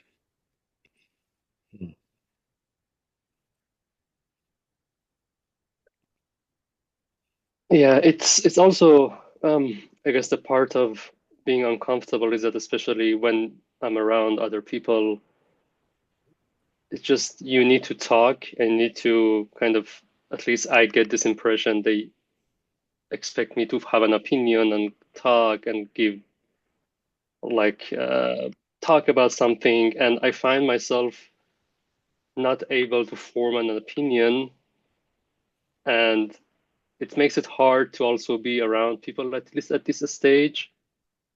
And that also brings up kind of a the story, because I'm going to visit my family, um, and I think like when I go there, it brings up a lot of kind of stories and just like the place that I grew up and all the people that. Uh, so it has a very strong pull to um, take me to the like conform to the idea that they had about me, the person that they know before. And sometimes I find myself conforming to that idea. But you just said it. You find yourself doing that. Right? You're not lost in it. It's Yeah, happening, but you're aware of it. And that's fine. That's perfect. Yeah, no Yeah. worries. Mm. Authenticity is important, but being authentic with ourselves is the beginning of it. I don't know if everybody would agree with this, but it comes up from my own experience.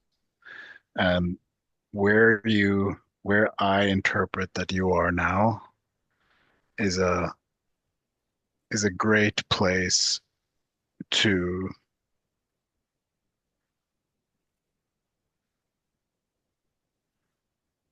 shake off all of those images you had of yourself and all of the images that people are trying to put on you, and be comfortable in your own authenticity, and also face a fear, perhaps not, that no matter who you are, you're going to stay true to who you are. And if people disappear because they can't accept you for who you are, then that's okay too. Because it's going to be increasingly painful to be somebody or not at this stage.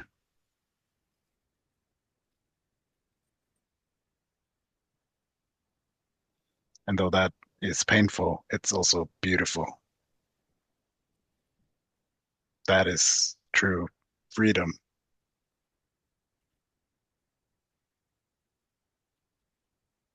There's an interesting one that is maybe relevant here, an old Ram Dass saying that says, if you think you're so enlightened, go spend a weekend with your family. They will trigger, absolutely, because they represent all of the conditioning that you had that you were when you were developing. But something else that will come up, and that is that they want you to be the way you used to be. They want you to be the way they knew you to be. And so there will be quite unconscious, but pressure for you to be that way again. And it's fine to be that way superficially because that's what circumstances demand, so to speak. But you're aware that you're just playing a role for because of the conditions. So whatever that awareness is there, doesn't matter what happens. I agree and disagree a little bit. And that is just because I find it helpful to try on being completely yourself in situations like that. So if you find yourself conforming, that's not a problem. But if you find yourself noticing it happening in the moment and you kind of have a choice of just staying true, then it's a great practice to kind of try on your actual suit. Yeah, there's no disagreement there. I get that. Yeah. Or maybe it was an addition, not a disagreement. Yeah.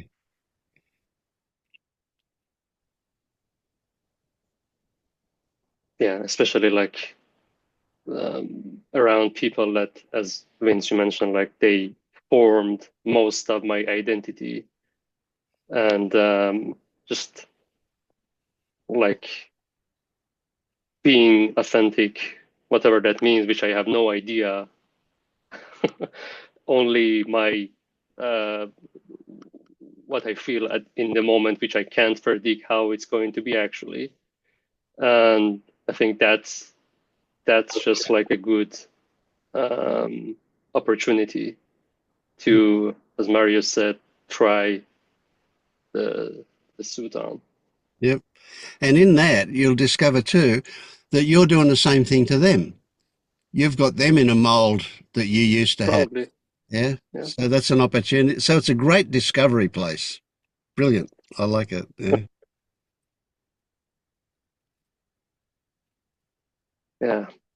That's what, like, I also said disarm, because I feel like I don't have, before I had some mechanism to protect, whether it was like through anger or sadness or rejection, but now I feel like I don't have them anymore with me, and just feeling whatever I feel in the moment and whatever comes up without any plan or judgment that it is bad. It's not. It is not the way that it should go, and basically not knowing what's going to happen, which can be perceived as anxiety, anxious, and also excitement at the same time. Yep.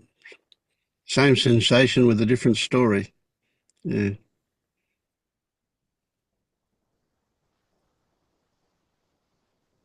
I'm excited for you. Yeah.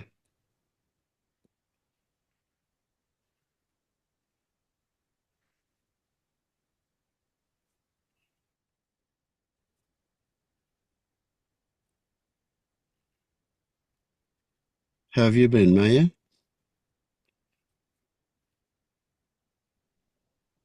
Much better, thank you. It helped so much yesterday talking to you guys. I felt really better after the talk. And I was able to let go. Self-accusing, self-torturing were thoughts, and there were sensations with it, and it was easier. It was better after that.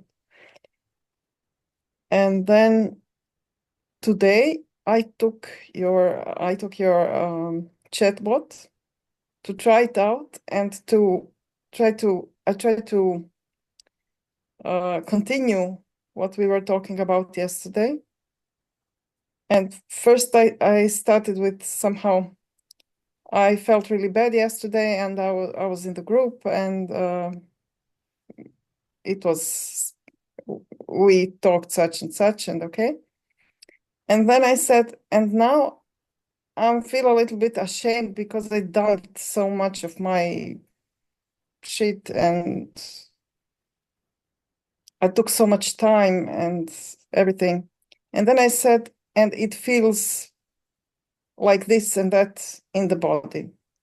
And the answer was, very good that you are not conceptualizing, good that you observe what's in your body, and let the label go, the label shame, it's not helpful, just observe the sensation. And I did that. Does it change?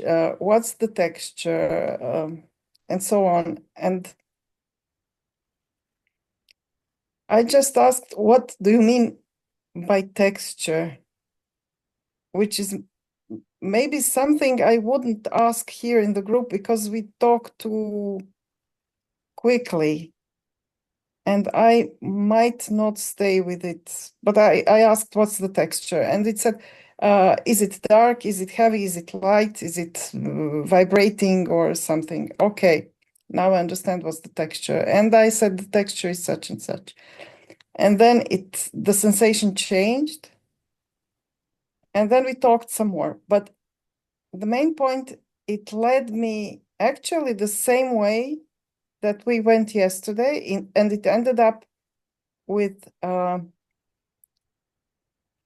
me needing to look more into the agency doership, who is perceiving, and this is my problem, and I'm looking into it, who is perceiving. Then I ended, at last, I said, okay, I somehow understand that perception is just perception and what I see is just what I see, but who is interpreting what I see? There is someone receiving this.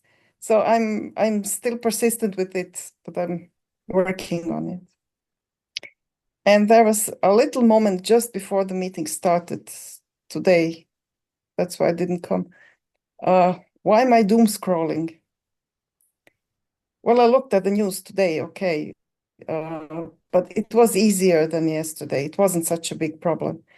But then in just one moment, I remembered something, and I remembered where the sensation comes from, where I felt the same sensation as when I'm doom scrolling.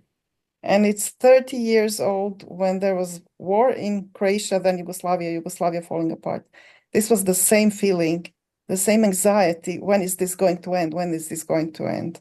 And we are in a hopefully not similar situation now, but it has potential, especially in Europe. So it was, I wouldn't say fear, maybe a little bit of fear, but the same, Yeah. me feeling the war somewhere.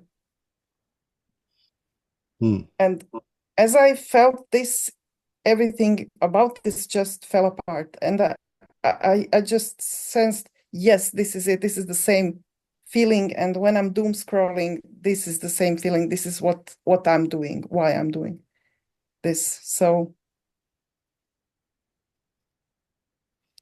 I feel those 10 steps backwards brought also a few steps forward now.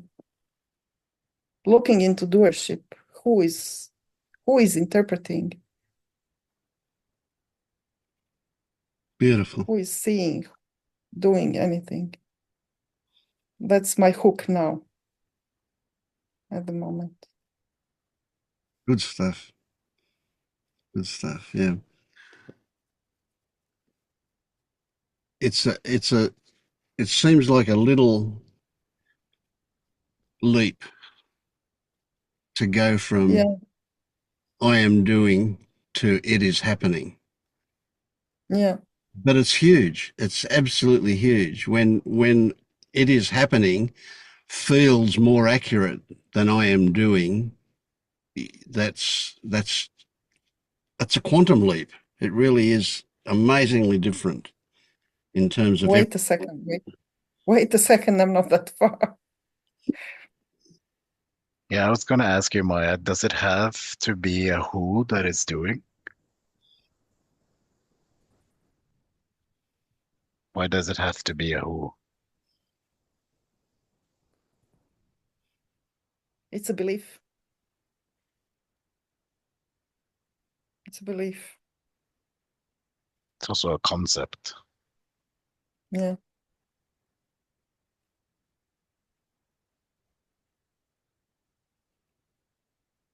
Does it seem legitimate to you that a happening can happen because all of the conditions required for it to happen are present and aligned. Does that seem reasonable? Yeah, it does.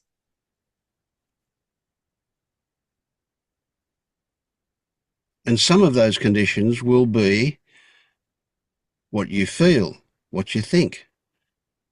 Okay.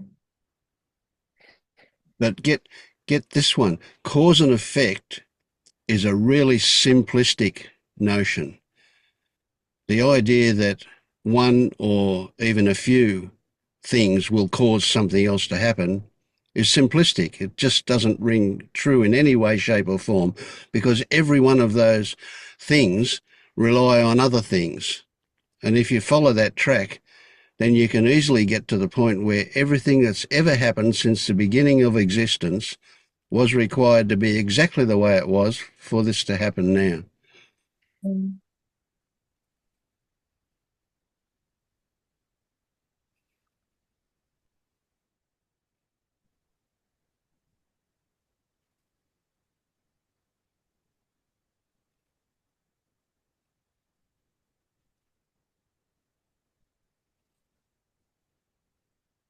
But again, it's not something that can be told or just accepted. It has to be discovered. And Yeah. it will.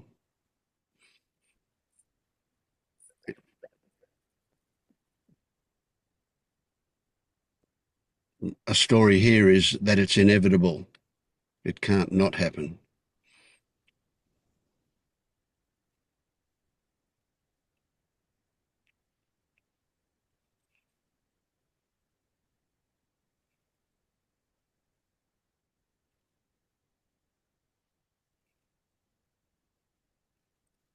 And hound that chatbot, right? When it says something, ask it what it means. Pick words that it uses and say, what? If it says, who is, ask it, Mm.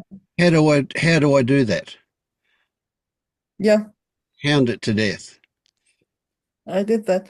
And I was thinking to myself, if the chatbot goes astray, I might, uh, as a user, I might not know that something's going wrong. I mean, I might, maybe at some point, but there are people who are beginners, or Mm. if something goes wrong, I don't know how they would be able to recognize the situation. Yep. Uh, It's good that people we'll like you and people who already know, uh, if you get what I mean, will use it. And then if anything goes astray, we can do something about it. Yeah. Mm, We've had a couple of things that we've needed to fix up like that. But yeah. yeah, we have to play with it a lot Mm. before anything else. Yep. Otherwise, it's fine. It was helpful. Yep. It's an instrument of discovery. That's what we want. Yeah. Yeah.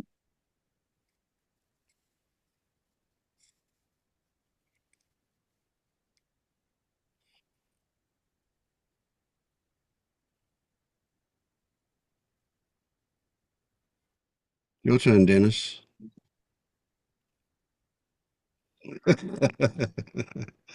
You don't have to, of course.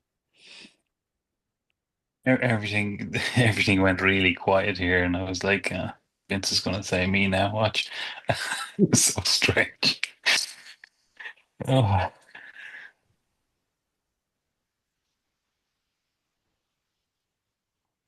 I was on the floor a few minutes ago, stretching my neck the way you said to do, Vince. It was only when Paul mentioned it I could feel a certain traction and tightness. Ah,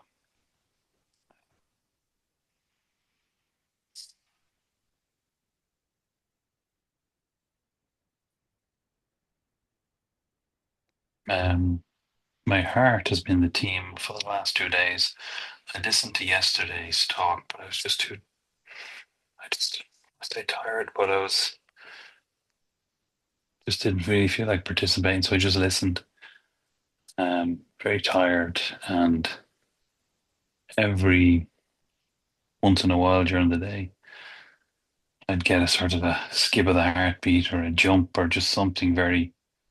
It's like something is trying to complete, like that fight or flight where it's jumping around and you're fatigued, and this has been a theme. And then last night, two emotional things came up. Um, Having a conversation about my brother and my mother's concern for him. I was back to that, what can I do? I remember you saying to me, just do what you can. And so I was thinking about what I can do, and you know, this week to make a few phone calls and see if I can get some help. And uh, very emotional, like the thoughts. My parents won't survive another. If something happens and all this sort of stuff, and I need to at least try some things. That was last night. I felt very different than this morning. I suppose after a good night's sleep, you feel better.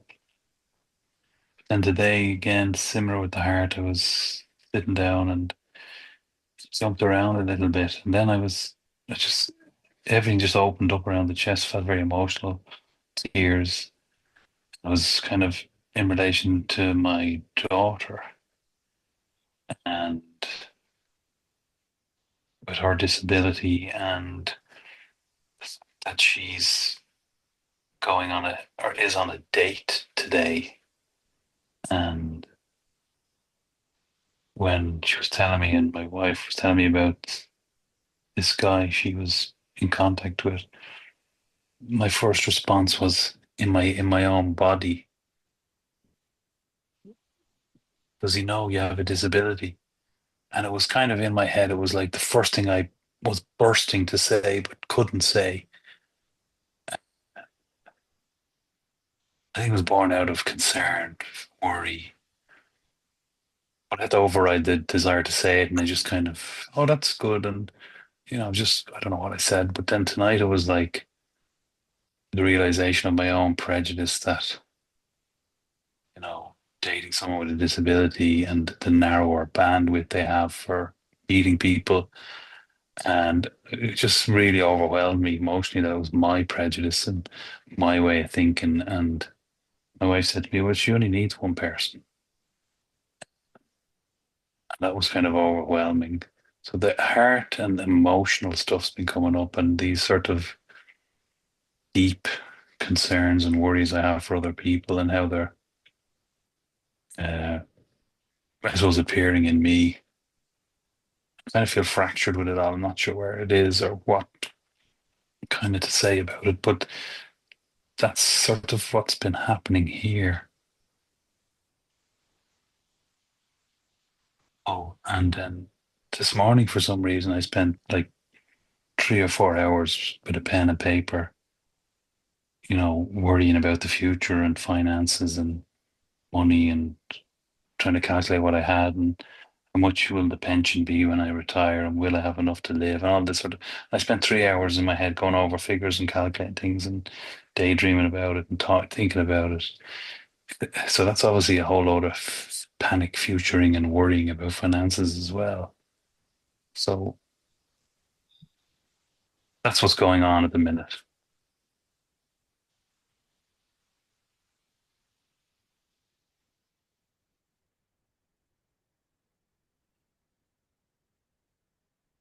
Good.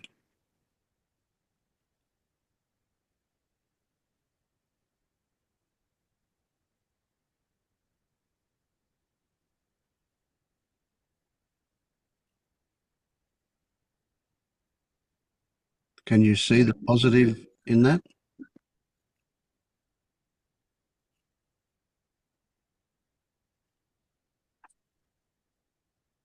And I can see that I feel like shit physically. And I'm closer to kind of raw emotions about things.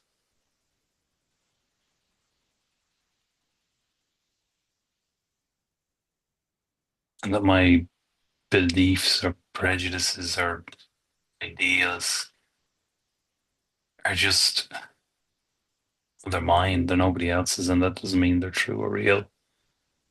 And they're painful. Hmm.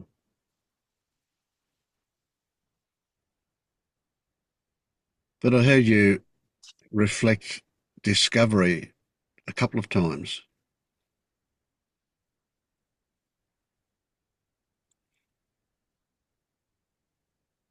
Yeah. On their own, I feel like there might be more discovery. It's just the fatigue and the worrying and the sort of future worrying, and like thoughts are quite stark. Like, oh, well, you're going to die now pretty soon. I can feel that you're going to die. So we should get out a piece of paper and make a few notes for Lynn so she can process things when I'm gone. Not just stupid things like. I know the one. Yeah.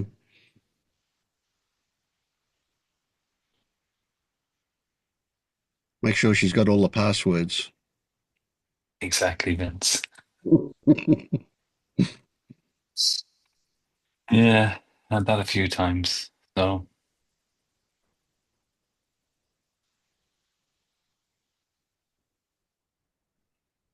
it was like I was getting my house in order.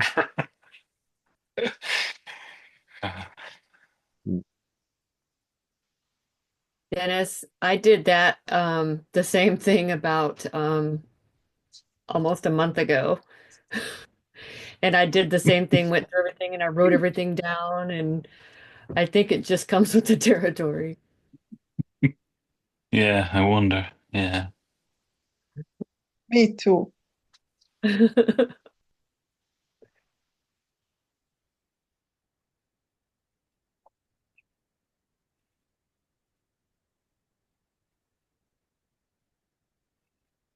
I just spent the last 2 weeks going through our emergency bags and our, in case there's an earthquake or a fire or some kind of message to flee the house. And there's a lot to consider. And it did put me in kind of a anxious mode, but at the same time, grateful that I have the wherewithal to, pre-plan. Like that's why I have car insurance, and other kind of insurance. It's not an insurance that it's not going to happen, but I'm not going to be ignorant about the possibility. But it certainly has put me in an odd place of just trying to be present and not future tripping. And it's sort of exhausting energetically. And I've been very, very low energy, like no motivation, didn't want to get out of bed, not feeling depressed, just no motivation.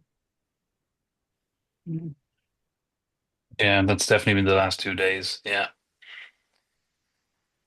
I think that I'm walking a dog with a lot of cars here. I think that it's a lot to do with just the general news of, in some ways, deterioration of society, not only in the United States because of what's going on, but around the world. The news is pretty dire in general. And it's hard, even though I don't consciously seek out to look at the news, but it comes to me one way or the other through some source, like friends or family. Anyway, I think there's a sort of generalized energy that is kind of hitting people in a way that is hard to grip.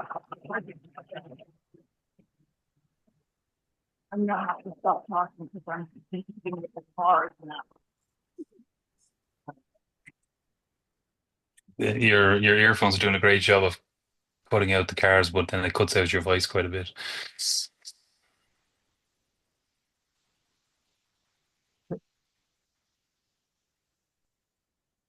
Yeah, that's So good. what's going on in the world? What's going on in the world? Oh, no. I'm Well, there's lots totally of stories. I can tell you lots of okay. stories, but they're No, yeah, you know what I mean.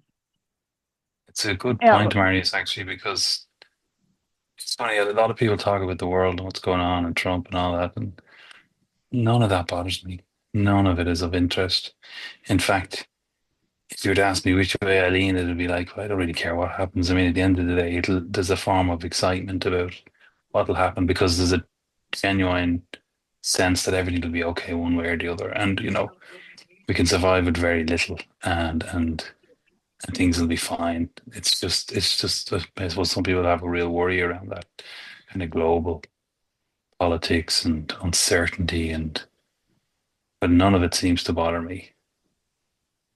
I love and subscribe to Vince's comment last week about it's sort of like a healing crisis. It's got to get worse before it gets better. We just got to flush all the crap up to the surface and take a look at it.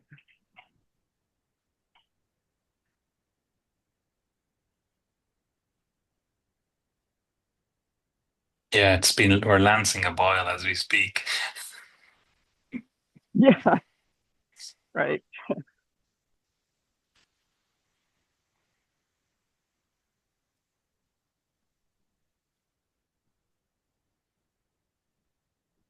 Takes me back to I used to be really into politics and conspiracies and you name it. And this just reminded me how much energy I used to put into that and the the contrast of not caring about any of those things anymore. Like I'm oblivious to what's going on. Um, That's an interesting point, Marius, because for me, it's the politics of family. It's that circle of family that I'm struggling with, sort of, oh, just allow everything to be as it is, and everything's happening automatically, and you don't need to worry. Versus, but you need to do certain things and act and help, and you're a dad and you're a brother, and so it's that there's a conflict or a paradox there.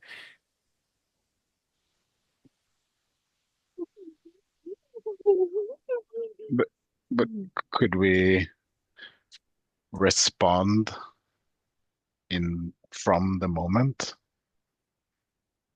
I think I have been responding from the moments when, as an example, when a conversation happens and information is given, there's a sense of a need to respond, but it's also wrapped up in an emotional trigger and everything that brings with it extra conditioning, beliefs, unseen beliefs, fears. So it's that extra wrapping that is causing the problem.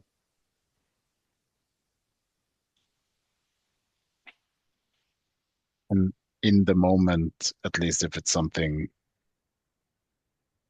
uh, what's the word? Something that you have to deal with right away, you don't really need to figure out what the emotional triggers are, but you could take it back to the lab, as Vince likes to say, and the next time you might notice it, you might notice what's going on, and you can hold space for it. Mm.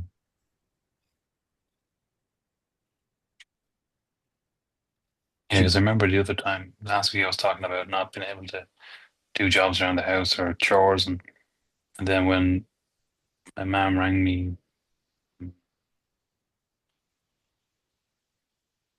Wednesday or Thursday about my brother lost his keys, and so when he got into the apartment, he couldn't leave again because he had no keys.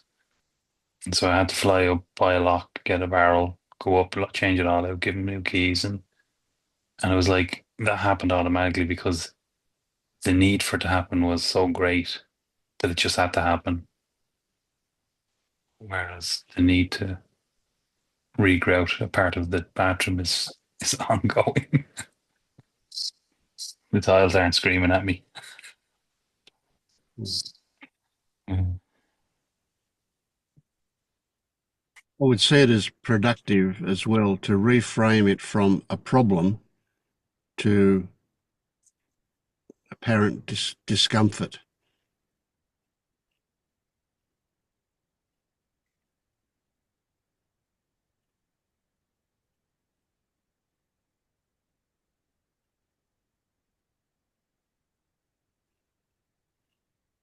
It's not an independent thing out there that we call a problem.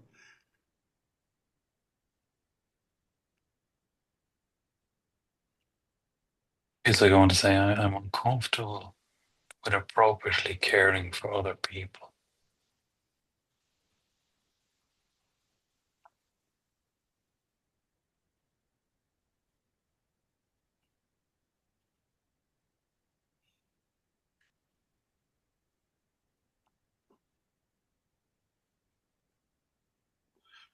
I also find it useful to consider the possibility that what I want for other people is really what I want for myself, or also for myself.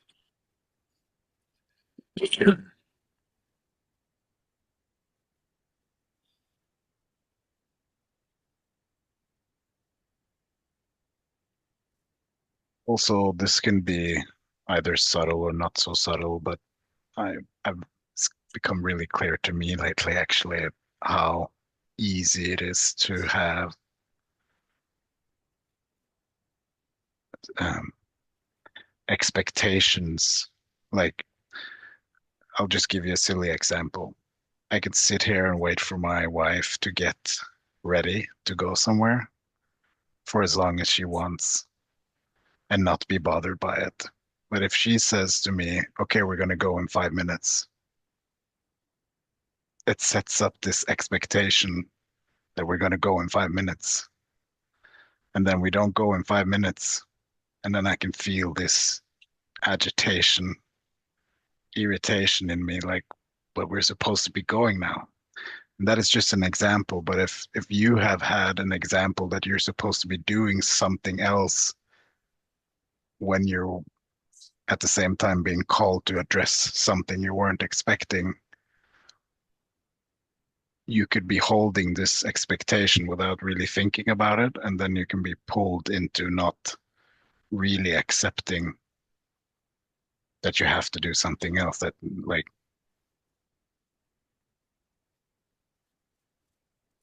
you're subtly resisting the situation without really understanding why, maybe. The first time you said it, I didn't get you.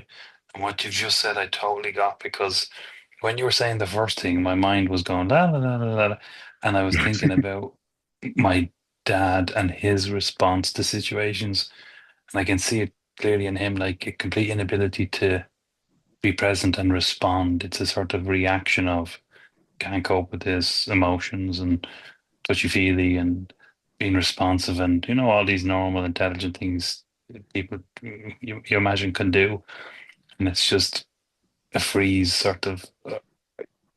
I didn't have a role model to know how to respond, so I'm back to your latter sentence.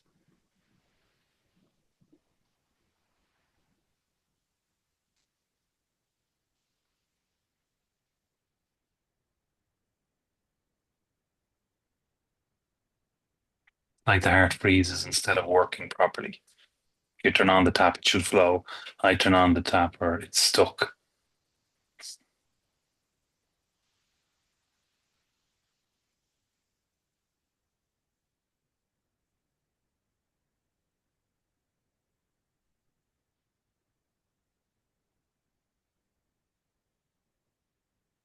Does seeing that do anything for you?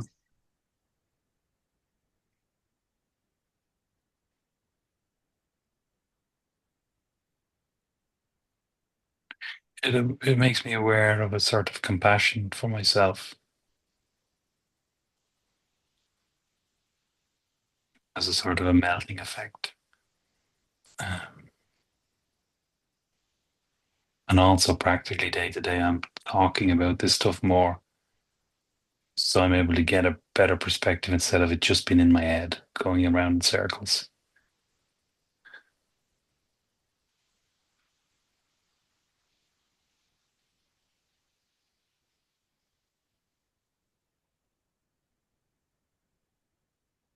Like the thoughts, and like even to go back to the thoughts about my daughter and her disability and the fear that she won't be with somebody and she's a disability, there's real fear and concern and worry as a dad. And that's all belief and thought and conditioning.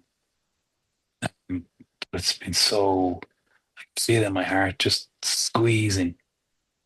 And yet, when I talked about it out loud, which I don't usually do, to my wife, and she said, "Yeah, but she only needs one person." I was like, "Oh, yeah."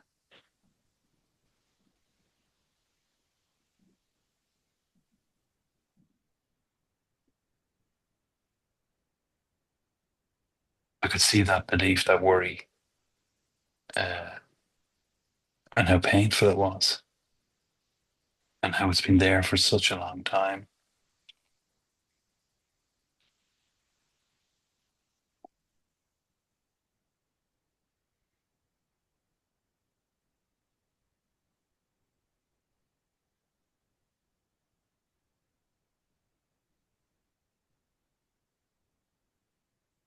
Like, I don't have to carry that weight as much anymore. Like, reality is bearing it now more.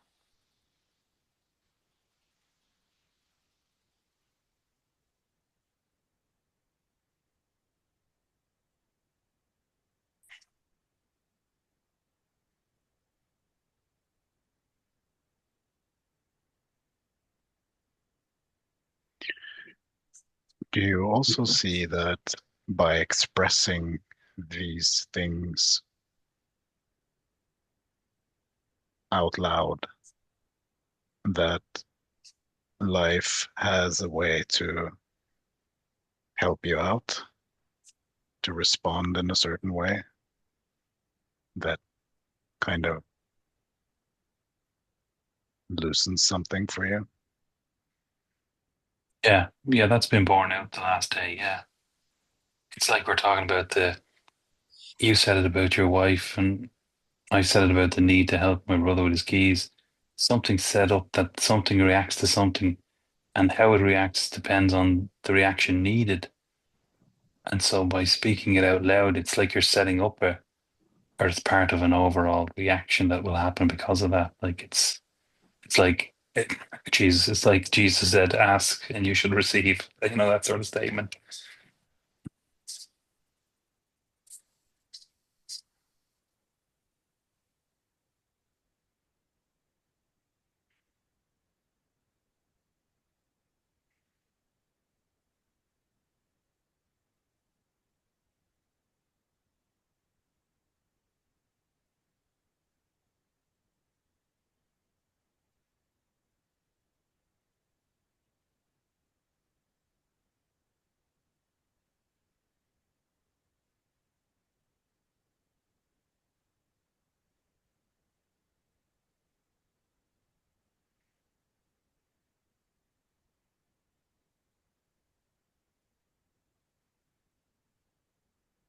How's things been for you, Monique?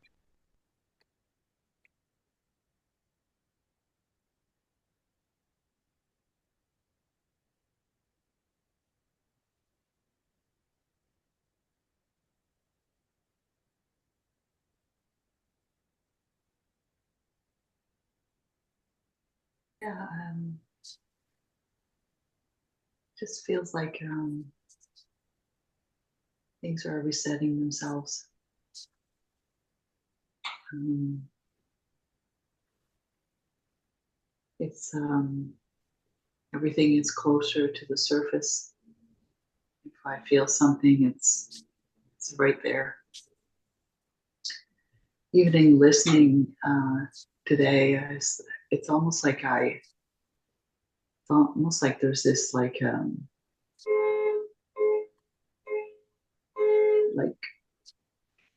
tunnel, like it's like I'm drawn in. Like it's the only thing I can hear is that person.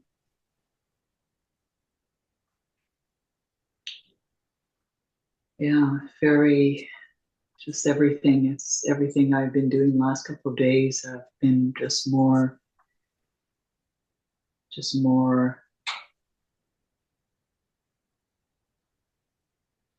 I don't know, just more present, more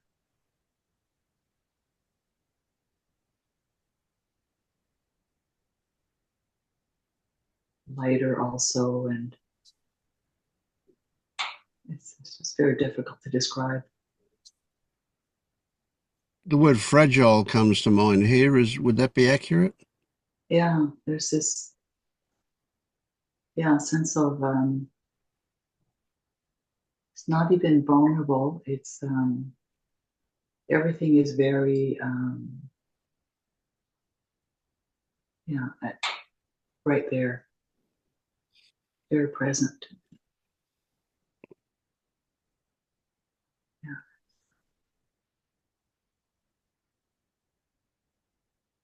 It's like everything is just opening up in me.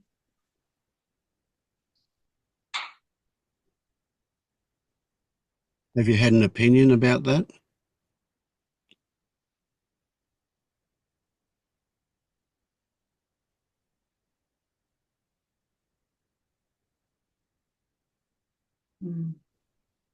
It just comes and goes, like it doesn't stay with me.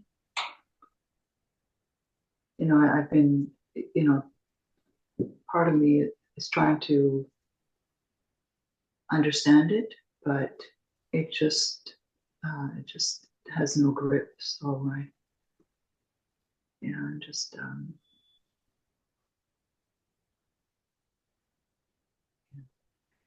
I'm just kind of enjoying the experience.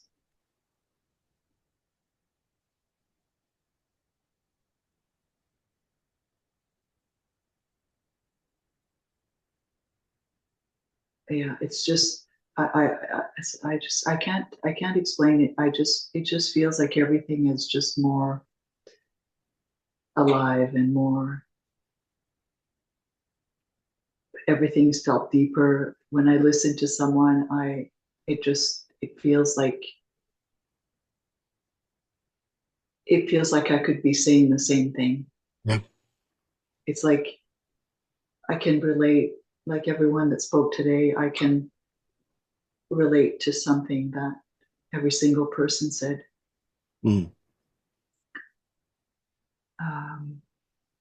Yeah, I'm just trying not to kind of read into it. Yep. Because it's not, it's, you know, on the surface, everything feels very much the same, you know. I went to my class, had a communication before. Someone said, you know, I had an assumption came up.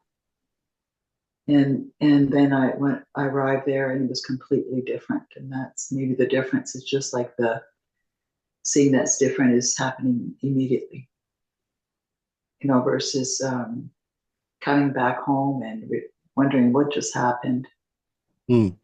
So there's definitely some integration, but also just a sense that everything's the same, but the experience is different. I like it. I like it. Yeah. The sadness is gone from a couple of days ago. That's just kind of dissipated.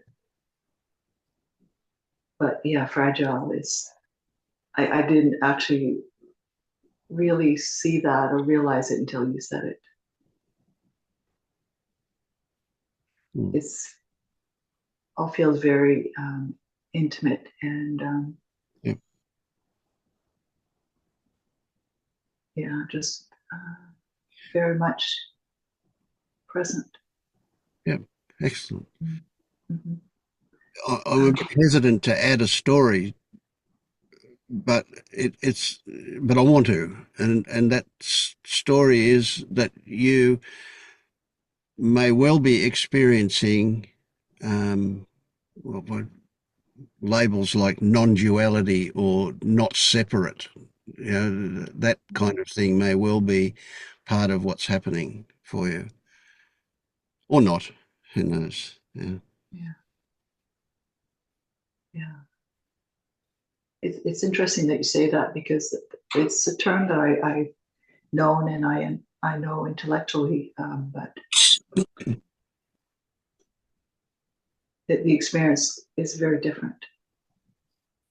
Hmm. And that's the problem The with, word, yeah. So it's the experience is the valuable one. Sorry. I was just going Yeah. to say, Vince, sorry, the word raw comes to mind. Yes. Yeah, that's even yeah, yeah, that's even better. That's even more, I'd say raw is something I can relate to right now. Mm. Yeah. It's not like raw that makes me feel afraid. Yeah. It's Because mhm. It's unfiltered. Yeah, it's just unfiltered. It's not even vulnerable. Mm. Because vulnerable would be compared to something else, maybe, I don't know. Yep. Yep. It's just it, yeah. Um, And close, very close. yeah. Mm-hmm. There is something that you had explained sometime about how the thoughts come after the happening. And I could never understand that, but now I see that now. I see that things are happening and then the thought comes after. And it's actually a big relief Absolutely, yeah. to Cuts see that. out underneath doership. Doership just Yeah, goes with that. Yes. yeah, that's something that came up in the last day for me, and I get it now. I can see that. I can. It's not that I can feel it. It's just when the thought comes, I realize it's already gone. It's like it's already happened. Yeah. It's like there's almost like there's a time lag. It feels like Yeah. if that was the case, yeah. Not always, had in a familiar situation this morning, I saw the thoughts and thinking, this is a situation, and then I see the person and I realize, well, no. But yeah, definitely, definitely my experience feels different. That's Yeah. all I can say, really. Yeah, that's good. Yeah. And it's like I don't really want to mess with it, Hmm. don't really want to try to explain it because it's just too raw. Yeah. It's just too Yeah, good. fresh. Yeah. Thank you. So, That's great. Yeah.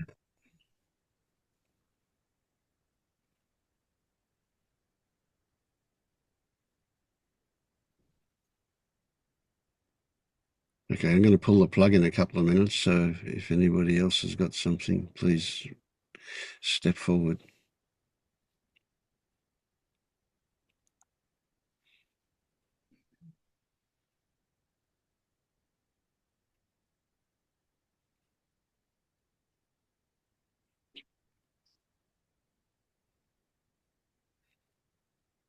Well, thank you all again. It feels so good. Yeah. Thank you. Thank you.